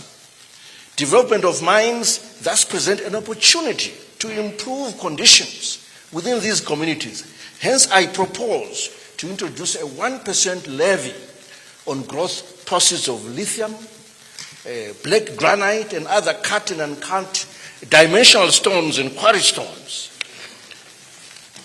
These resources will go towards supporting such corporate social responsibility. Mr. Speaker, sir, I now turn to the issue of financing road infrastructure. Mr. Speaker, sir, in order to raise resources to finance road infrastructure, I propose to introduce the following measures. Let me start with the strategic reserve levy. I propose to review upwards the strategic reserve levy by 3 cents and 5 cents for diesel and petrol respectively, with effect from January 1, 2024. On toll fees, Mr. Speaker said, toll fees are currently pegged between $2 to $10 or local currency equivalent, depending on the type of vehicle. I therefore propose an upward review of toll fees on premium roads, that is Harare Bay Bridge and others, With the effect from 1 January 2024, revenue derived from the increase will be remitted to the Consolidated Revenue Fund for the purpose of maintaining these roads. On passport and central vehicle registry fees, I further propose, Mr. Speaker, that passport and selected fees charged by central vehicle registry be revised upwards with the effect from 1 January 2024.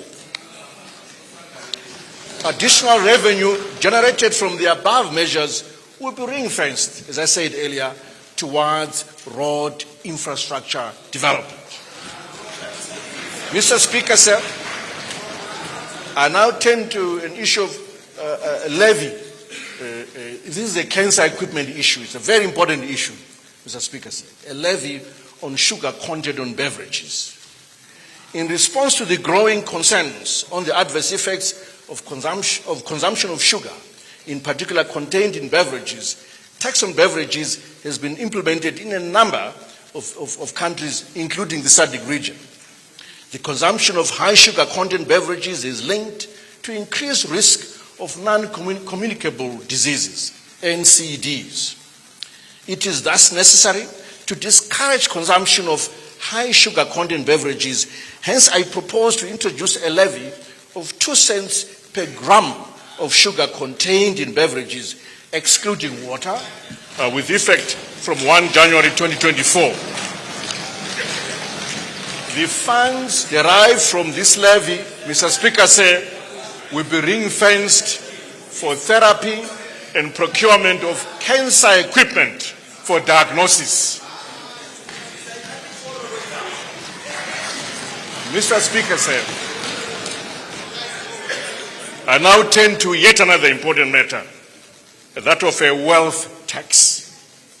Mr. Speaker, the key fundamental of tax policy is to address regressivity of tax that occurs when individuals in a low-income category pay a higher percentage of their income as compared to individuals in higher income brackets.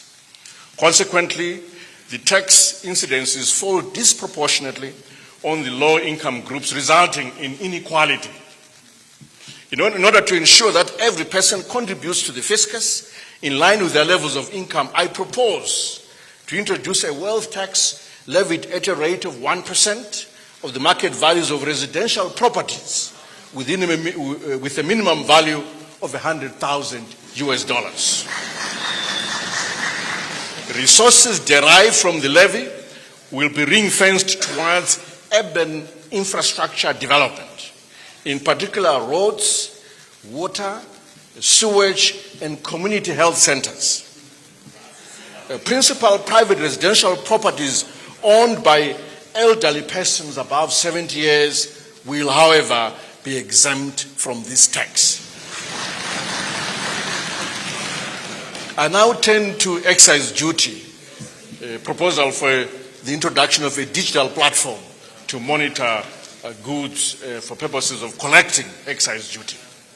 Mr. Speaker, the growth of illicit trade, in particular in cigarettes, has increased contraband cigarettes produced in legally registered factories under registered brands, thereby decelerating the growth of revenue to the fiscus. A digital platform that provides real-time, traceable, and authentic data on locally produced excisable products would thus be beneficial to the fiscus. Government will thus explore implementation of a digital platform on locally produced goods, particularly cigarettes. In conclusion, Mr. Speaker,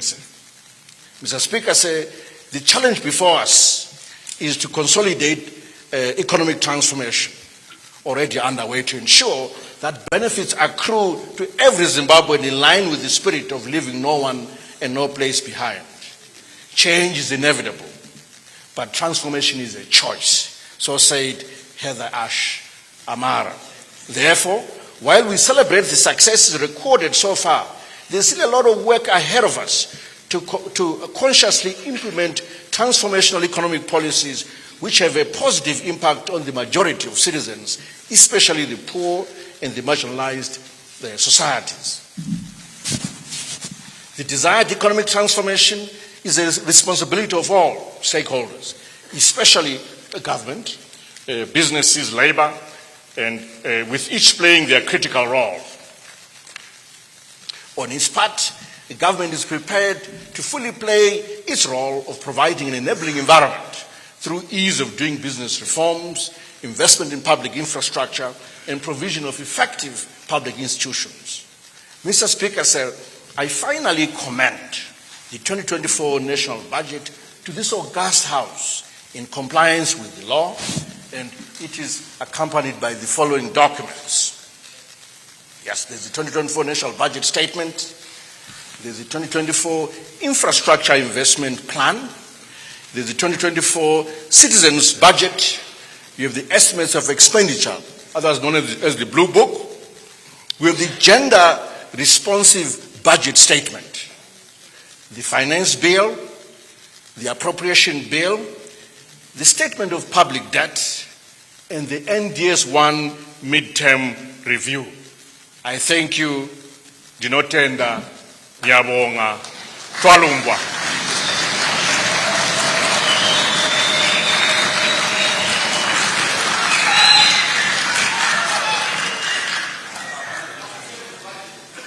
May the Honorable Minister table the presentation at the clerk's table.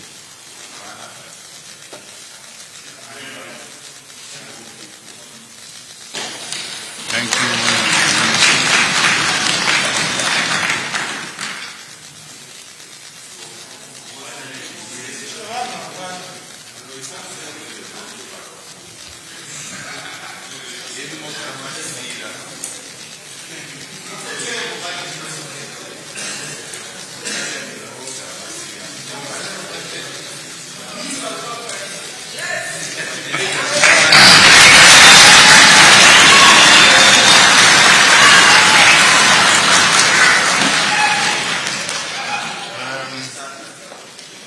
Honorable members, if we can all rise for His Excellency to lead.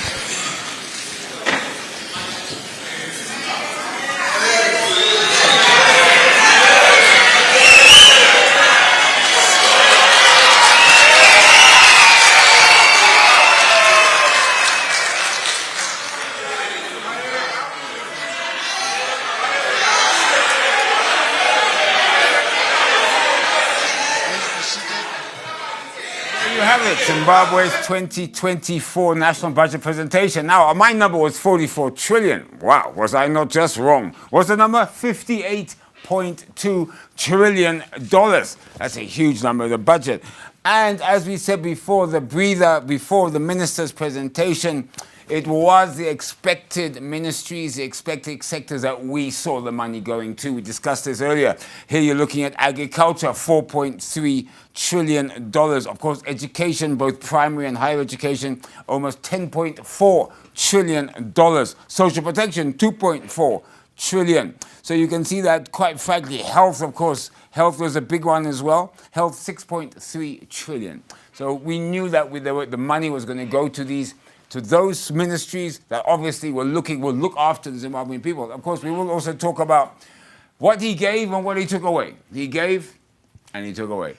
Yeah, yeah. Anyway, let's get my guest views. Of course, I'm here joined by Tatenda Nyachega, CEO Africa Roundtable, Prosper Chitambara, and of course Marvin Chidzonga. And I will be joined just now by Esther Mapungwana, and who was left there? It's obviously the Komborero Sibanda.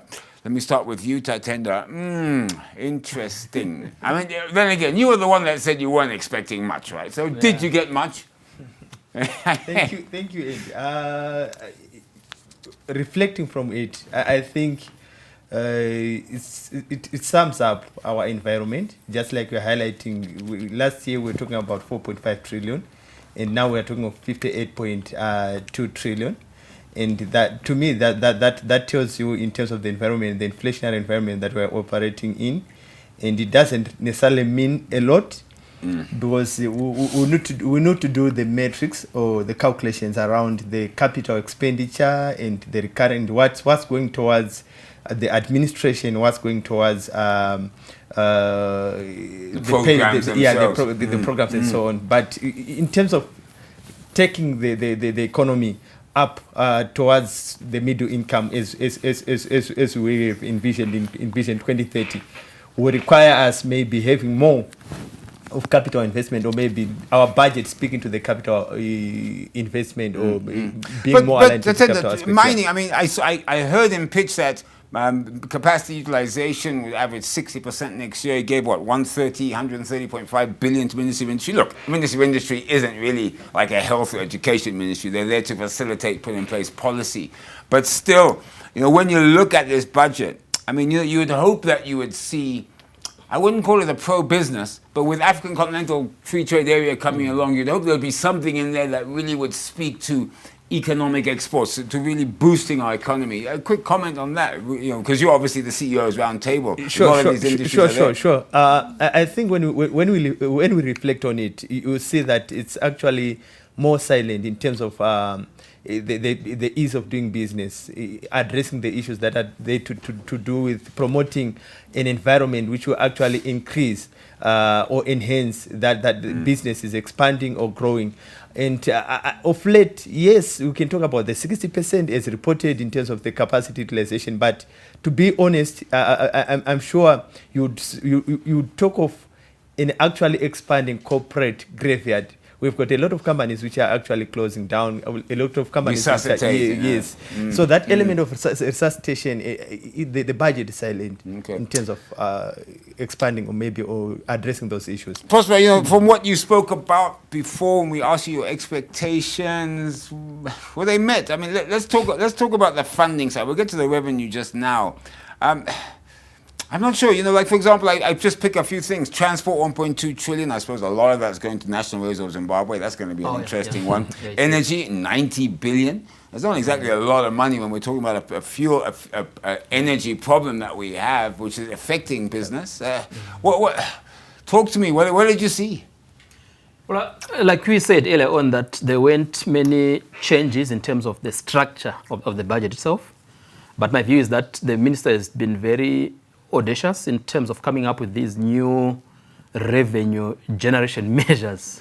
We've seen the minister introducing a sugar tax. Of course, some of us have been advocating for that, given the growing disease burden, especially around NCDs. We've also seen the wealth tax, for example, 1% tax on properties worth valued at 100,000. That's not exactly a lot. I mean, you know, if you had said 1 million, maybe 100,000 is pretty much a normal house in any suburb. So therefore, we're all going to be paying taxes. In medium density. Is that what we're saying? I mean, are we all going to be paying taxes if we own a house of 100,000? Oh, definitely. Yeah. So that's why I said he's giving and he's taking away. What else did you spot? And other levies, the corporate social responsibility levy on the lithium and that I don't have a issue with. I think the issue of beneficiation, I think that's noble. But then again, but you know what? There's holes in this budget. Let me just finish with you here, Prosper. There's holes. For example, we talk about 2.3 million people requiring housing. By 2025, right? How much? 353 billion. So that implies that a lot of the funding for housing infrastructure is going to be shared in PPPs or with private. He hopes the private sector is going to come in. Already we knew the private sector, I think, was bearing a disproportionate burden in terms of that. And I'm sure that's going to continue. Because what's been allocated, obviously, is not sufficient given the demands and the requirements. Marvin, you know, one thing I did like, and then again, we live in the capital of Harare, so we all know about the water problems that we have here. I like the fact that he was putting, I mean, look, it's not a lot, but it's enough, 683 billion, water sanitation, looking at infrastructure for new dams, to improve sanitary services, because obviously we need water, we have sewage problems, etc., particularly in the capital. I'm sure it probably extends to most cities around the country. That seemed positive. But there were also negatives, weren't they? If you look at maybe what has been happening for the year, a lot of construction activity has been taking place, largely funded by the government. But like we highlighted, it was not coming from a sustainable source of funding, which is maybe current revenue. Having to look at maybe the creation of bonds, maybe whether municipal bonds or government bonds for the construction of dams, it's not easy. It's not easy because we've got shallow capital markets locally. Then also in terms of our country risk, for us to be able to access that kind of capital on the international market, it's not going to be easy.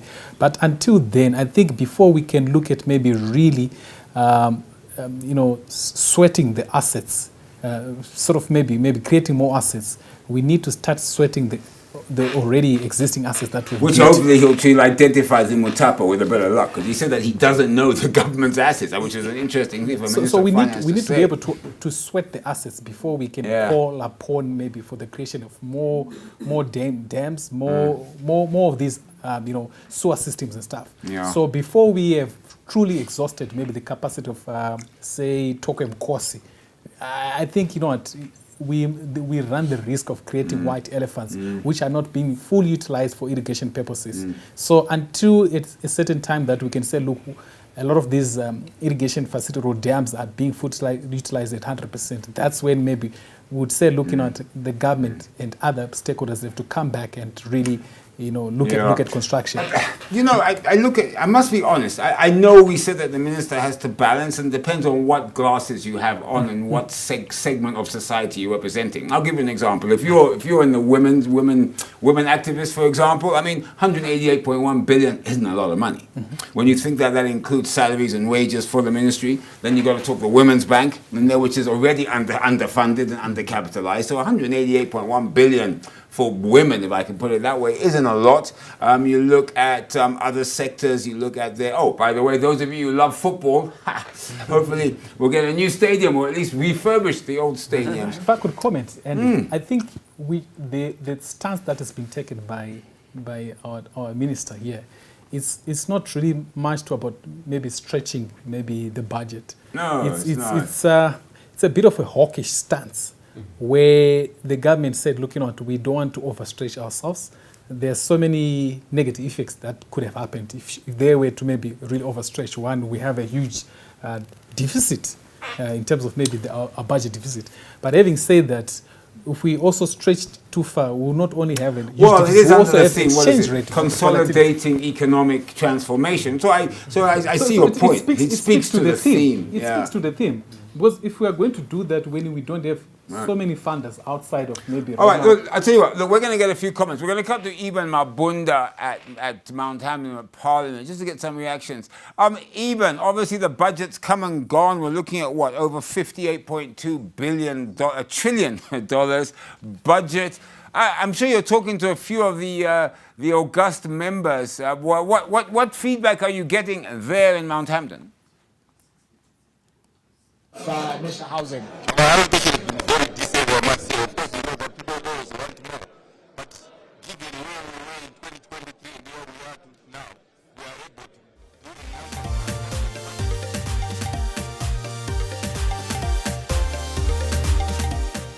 Now, that's obviously Minister of Housing Daniel Garwe. Now, he, of course, at the forefront of ensuring that there's housing for all and everybody has access to housing. He was given what? Those houses. Yeah, and of course, the moment he builds them, they'll be taxed by. But he gets 353 billion again. Yes, it's administrative. And in fact, you know what was interesting? Did he give a number on the salaries and wages? No. He didn't, did he? Last year it was 52.4%. He didn't give a figure, did he? He didn't. That was interesting. Wasn't that interesting? Because that is a defining number, that. Oh, it is. It is. Yeah. I think what it did, he didn't really consolidate the number. No, he put it into each ministry. He only did for the capex. For the capex, he said it's about 10 trillion. That's right. Yeah, which is about 70%. So looking at your CEO, like you CEO round table, I mean, obviously the CEOs have the needs. They want the microeconomic stability. They want the exchange rate. I mean, I didn't get the impression that he was coming up with an exchange rate policy to say that these policies, the way we're spending this budget, is going to at least hopefully keep the exchange rate stable, try and rein in inflation. I still think that's the Achilles in the room, the elephant in the room, so to speak. Sure. Looking at it from the presentation, it doesn't give an outright direction in terms of how he's going to manage, or maybe how we are going to manage the exchange rate, and how I heard of some figures around inflation. He said 3% per month on month. Reserve Bank is committed to doing that. But look, let's be honest. The last two budgets, he's hit us on an inflation number, and it's just hasn't worked. Last year was what, double digits by now. Mm-hmm. Yeah, so you would see these are just figures which are just being thrown around, but to check on or maybe to speak on the reality of it, you discover that we still have got a lot of work to do around financial sector stability. Yes, in as much as I was talking about, there is stability, but on reality, yeah, on the ground, there's still a lot of work to be done. Right now, then we're gonna take a quick breather, because I want to bring in my other two guests, as Esther Mapungwana and Zikowe Sibanda, because I'd like to hear Esther's views. Because remember, we spoke to her before when we were doing our pre-budget about women, youth, people with disabilities. It's nice to see what she says, and also, of course, the big one, which is really critical, which is social protection. You, of course, are watching ZTM Prime's exclusive National Budget 2024 presentation, which has just ended, just finished now, Mount Hamden Parliament, by the Minister of Finance, Professor Ngube. Don't go away. Our continuing coverage will continue going after the break.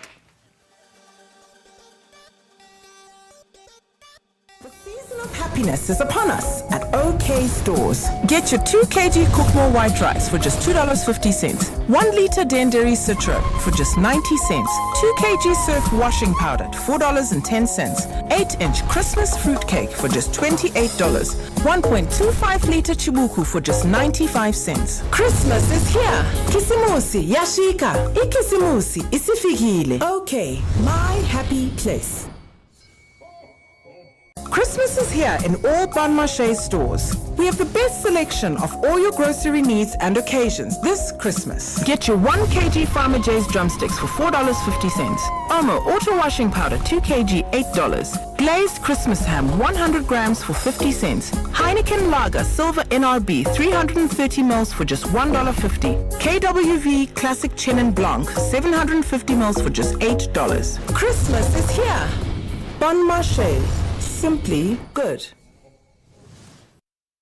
Christmas is here. Buy bulk and save this Christmas at OK Mart. Get your 10 by 2 kg Azam self-raising flour for just $19.80. 6 by 1 liter Life UHT milk for just $7.30. 25 by 750 ml Sunlight dishwashing liquid for just $79.50. Bulk Super 4 quarter for just $5.60 per kg. 10 kg pocket of potatoes for just $7.90 each.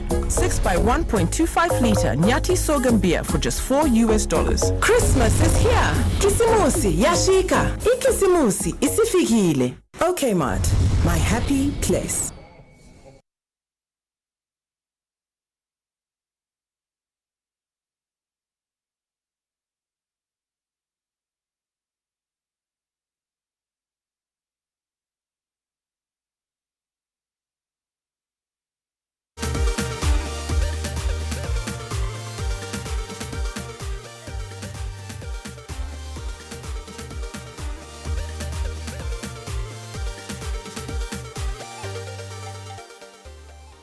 Back, you're watching The Mint, and this is ZTM Prime. I'm Andy Hodges. This is our continuing coverage of the 2024 National Budget presentation, which is just finished. Now, our reporter Iwan Mabunda is actually on the ground at Mount Hamden, and he's managed to get a couple of ministers to get their views, because, of course, it's these ministers who will get the allocation. So they're going to know, are you disappointed? Are you happy? Can the money that you're given actually satisfy the programs that you want to have in 2024? Let's see what Iwan Mabunda has picked up and who he's speaking to there.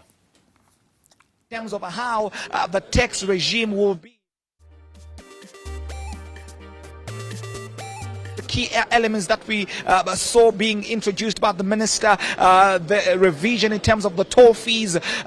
This one will be taking a bite from the motorists, an increase in terms of the fuel levy by 3 cents. These are expected to have an effect in terms of the overall economy, particularly from a revenue collection. I also want to make reference to the wealth tax that was introduced for properties that are worth over 100,000 United States dollars. That will be expected to be contributing 1% per annum in a bid, of course, to bridge the wealth inequality that we have got within the confines of Zimbabwe. Now, speaking to the informal sector of the economy, the minister there said that it will be mandatory for a business to be registered. It will be mandatory for a business to have a tax registration facility where particularly the accessing of goods from manufacturers as well as key suppliers in Zimbabwe, but also even beyond our borders, that of course coming through from the Chief of Treasury where that is concerned. Now, to speak to the lithium sector, which has become the buzzword for the Zimbabwean economy, there are indications that we will see the coming in of key reforms, particularly where beneficiation is concerned. The minister there saying that government has taken an approach, or is proposing an approach, that all lithium producers in Zimbabwe must produce to the extent of lithium carbonate concentrates in that particular regard. And of course, now we're joined by the Chief of Treasury in the capacity of the Minister of Finance, Economic Development, as well as Investment Promotion, Honorable Mutuli Ncube. Sir, a very good afternoon to you. Good afternoon, indeed. Fantastic. Now let's talk about some of the key aspects from the budget, just as an overview in terms of the thrust, and of course with the theme that you alluded to in your presentation. The budget is still based on the principle that we should try by all means to live within our means, because Zimbabwe doesn't have many opportunities, unlike other countries, to borrow, to get additional loans here and there. We don't have that opportunity. So we have to live within our means. We're projecting a deficit of 1.5% of GDP. That's really the bottom line. On the back of economic growth next year of 3.5%. We're expecting El Nino. The rains are not behaving well. That will impact our agriculture, especially the maize output. So therefore, budget is living within those means. But also the budget is a balanced budget. It is an inclusive budget. It tries to leave no one behind, and indeed no place behind, in the sense that for those who are in the low income bracket, we have increased the threshold in terms of the tax-free threshold, so they don't pay taxes up to a certain level. I think that's the right way to go. And then for those with ways and means, we've introduced a wealth tax, so that again, this is distributive. It will transfer resources to those who are less, or the lower levels of the income bracket, but also enable government to intervene on critical infrastructure in urban areas. Let's look at the sewage system, for instance. Almost in every urban area, there are issues. Right now we have a cholera issue. That's a sewage problem, a problem with clean water, right? Look at the roads, the potholes. Where does government get that money? So we needed to do this to provide critical infrastructure, introduce a wealth tax, as well as balance out and redistribute some of the taxes. Right, of course, we've raised taxes on some premium, what we consider to be premium roads, such as the Beitbridge Harare Road and so forth. So that again, to maintain that beautiful road, we need extra revenue. We also put up a premium on these high-value cars and so forth. It's not a lot, frankly. I think it's affordable. So we've really tried to balance. And in the area of, for instance, lithium, we want more beneficiation so that local Zimbabweans, the citizens, can benefit from their natural resources. Value addition is what we're pushing for. That's what the budget tried to do. Right. The biggest winners, I would put it, of course, we're Minister of Education, 10.4 trillion, infrastructure, 10 trillion. Let's speak to the education, as well as, of course, Zimbabwe having met the Dakar declaration, to put it that way. Well, we were pleased that we were able to maintain the high allocation for the education sector overall in line with the Dakar principle. This is important because investment in education is actually investment. It's not just acquiring education. It's actually investment in human capital for the development of the country. This is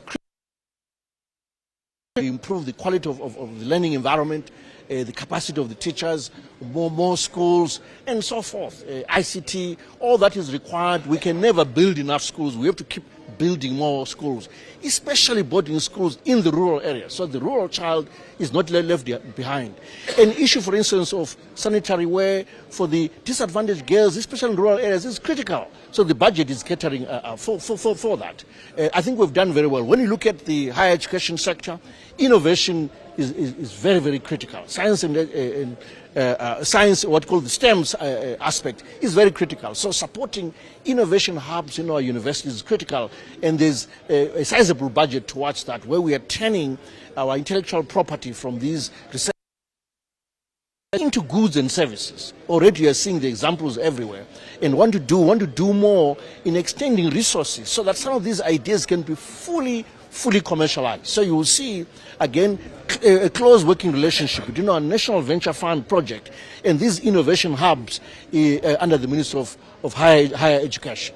So we believe that sector has been received adequate attention in this budget. And lastly, of course, your operations are closely linked to those of the central bank. Now, there was a recommendation from the central bank to get rid of the 10% yardstick or benchmark or cap on the interbank. How do you intend to navigate that particular subject from this point?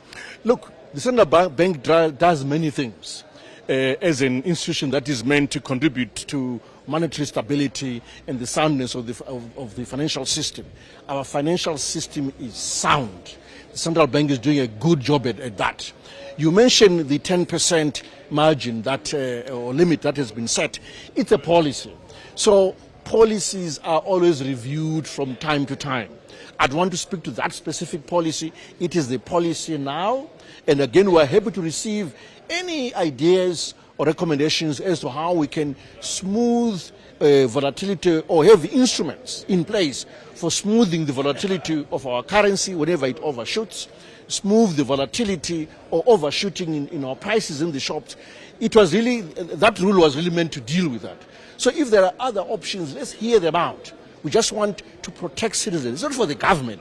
It's to protect citizens from this up and down volatility in prices and in the exchange rate. That's all. Right, Minister, thank you very much for talking to ZTN. Thank you. Thank you very much. Much appreciated. Of course, that was the Minister of Finance, Economic Development, as well as Investment Promotion, engaging, of course, with ZTN on some of the key aspects where the 2024 national budget was actually concerned. And of course, he rehashed some of the tax reforms that have been brought to the table, particularly where the tax for the citizens is actually concerned, of course, in a bid to move in line with inflation as some of the trends that we have seen playing out. But of course, just to rehash some of the aspects that we talked about, 3.5% GDP, that's been indicated, and of course much to look forward to and much to decipher. And as far as the 2024 budget is actually concerned, well, that's a wrap from the team here at the new Parliament building. Back to you, Andy Hodges. Conversation there that he had with Zimbabwe's Minister of Finance. Now, Esther, I've got you. I asked you this question. Looking at the budget now from the lens, I mean, you're the Zimbabwe Women's Resource Center and Network. Okay, looking at it from the lens of that, of women, looking at the lens of social welfare protection, looking at it from a youth perspective, looking at it from that angle, yeah? What are you seeing? Because some of the numbers, I don't know. I mean, I understand the minister has to balance, but I don't know, I would have probably hoped for a bit more for women's affairs would have been a great number. Capacitating the Women's Bank would have been good. Putting in some more grants or funding for youth would have been a good way to boost entrepreneurs and so on. But anyway, what do you think? Okay, I think that the minister, in his presentation, as he alluded to, he tried to balance. However, it's not enough in terms of the the contributions that you're talking about, according to the budget, we see that almost 0.3% has been allocated to the women, the Minister of Women, and like you said, you also have to have the funds that are going to be put in for grants and loans to the Women's Bank from that same budget, as well as the activities that are supposed to go there. So in terms of what the women want to achieve, it will really not be enough. And if we look at the social protection, there's been an improvement in terms of the figures, in terms of the percentages. It's 2.3 trillion, which is almost about 4.1% from the previous, almost 1% from last year. But in terms of the value for money, unfortunately, it's something that is still far from what Zimbabwe really needs. However, we should commend also issues like the sugar tax that Prosper also alluded to, where it's supposed to go to cancer, I think, services. That was, that's what is indicated. So I like the way he ring fenced it. That was good, yeah. But when you look at social protection, you're talking about 2.4 trillion.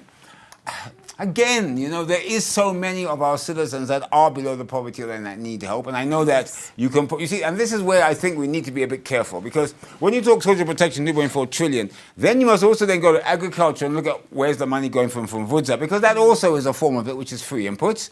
Then you have to go look at the other sectors and say health. Now, possibly you've got BEAM, that's free education, okay, and so on and so forth. So if you look across different line ministries, there are various avenues for those less privileged than most. Yes, I think like what he alluded to, if you look at the agriculture, I think just contribution was about 4-point-something trillion, but he did not. We were not sure about the smallholder farmers, because those are the chunk. That's the most where most people are, most women are, most survivors are getting their food from, and also the food deficit that is also that is forecasted because of the drought is also was not really mentioned. How are we going to actually curb around that? Then there's need for finances, because there's a forecast around those things. So the budget really, in terms of the value for money, I still believe that it still falls short.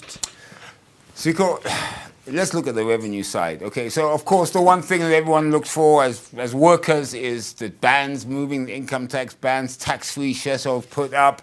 I mean, okay, it's there, but I honestly, okay, when I look at this, to be frank, it looks like he gave me something, but as I said, he's taken away a lot more if I have the other things. So if I have the house of 100,000, boom. If I have, I could, for example, expand the vehicle surcharge. If I have that, boom. And so on. We could go on and on and on. The petrol levy, of course, that means 1st of January, petrol's going to go up as he takes more money. If you like sugary drinks, levy's going to go up. Wealth tax, as I said, property.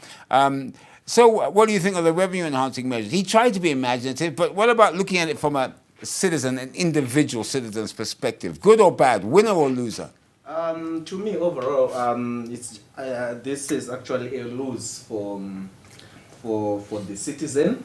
Why am I saying so? Because and look at most of the proposed measures. I think it's about tax increases. But what I was expecting is that you're saying, because the economy is now more than 80% dollarized, and we all know that the informal sector is a hard-to-take sector, right? So I was expecting the budget statement to actually address how are we going to address the issues to do with informality. It's not always about raising taxes, because look, if you increase toll fees, what will happen to the transport along those premium roads? The burden comes back to the passenger. So to me, I was just get more money rather than raise more money. Exactly. So I was expecting revenue enhancement measures which does not increase taxes for the average person. For instance, as I indicated earlier, maybe how are we going to address informality? And we know that we are going into 2024 and the outlook is not bad. It's not good. Obviously, informality is going to increase. Maybe from the current estimate of 70% to 80%, because now it's a cash dollarized economy.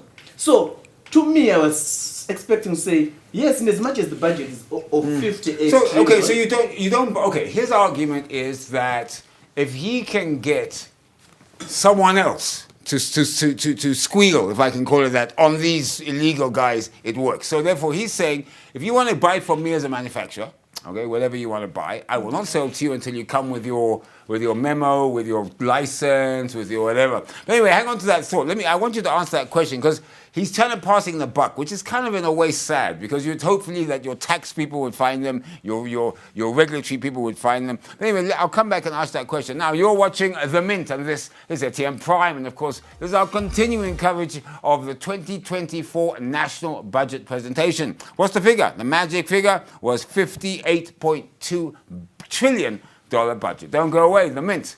We'll be right back.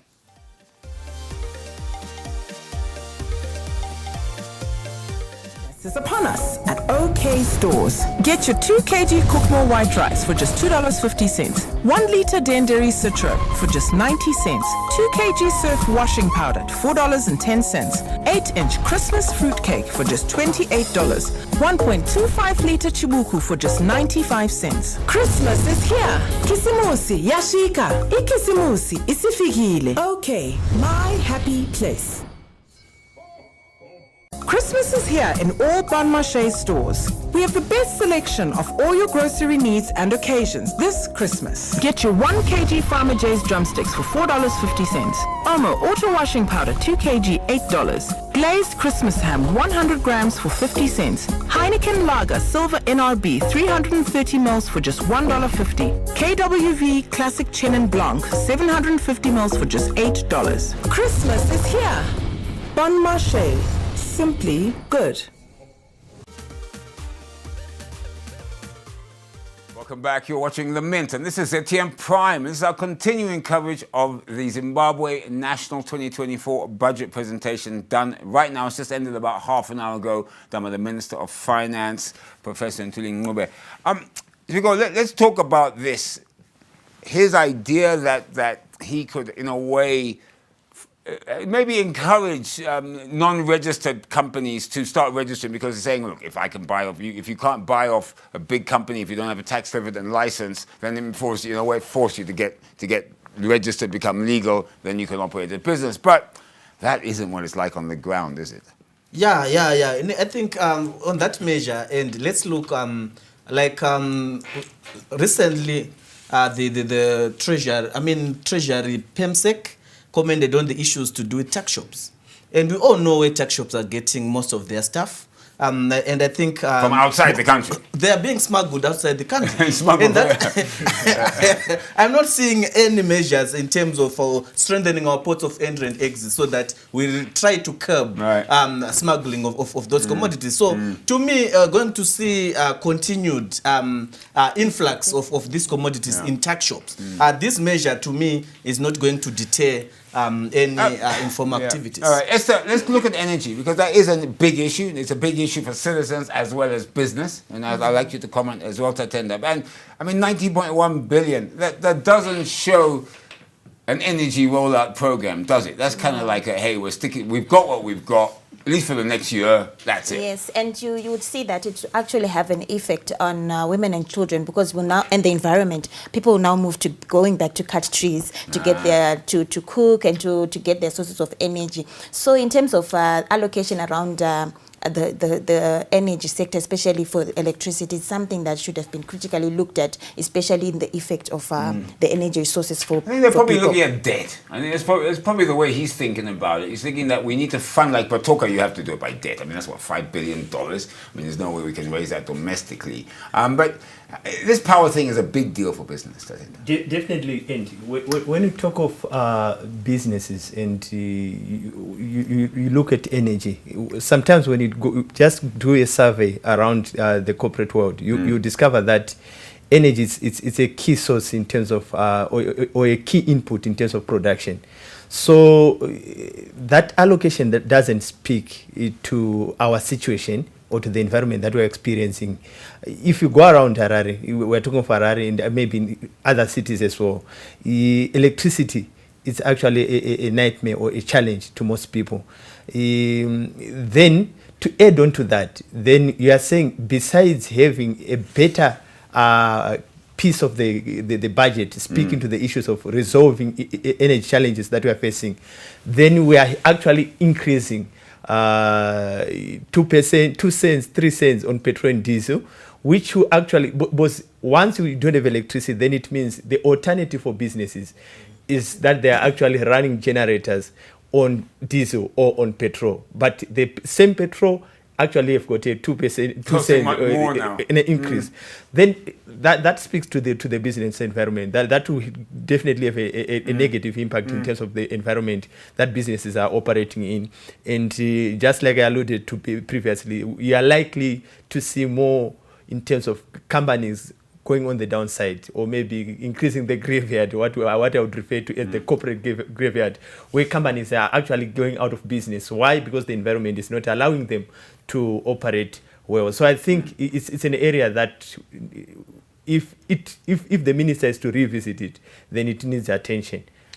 Right now, we've got just a couple more minutes left. I wanted to give you all just an opportunity to sum up, and as I'll start with you, just sum up your thoughts on the 2024 budget. I mean, I think, if I could say this, a consensus is, I don't know, what would you call it, standstill budget? Is that the way of putting it? Consolidating. That's what the theme said, right? Consolidating. So let's go with that. Consolidating budget. Minister, we'll go with your words. Give me just a quick update on what your, just a wrap up of what you think about the budget. I think the budget is actually, the minister has admitted that we are going to face tough times next year. Because they highlighted if you see all the budget assumptions, the adverse, look on commodity prices. And the exchange rate, yeah, but why does he keep the exchange rate pretty standard? Have you noticed that? The exchange rate is pretty... And also the budget is actually also assuming, year in, year out, we assume stable local currency. But exactly. Look right now, the current statistics, inflation statistics are showing that in September, inflation month on month was 1%.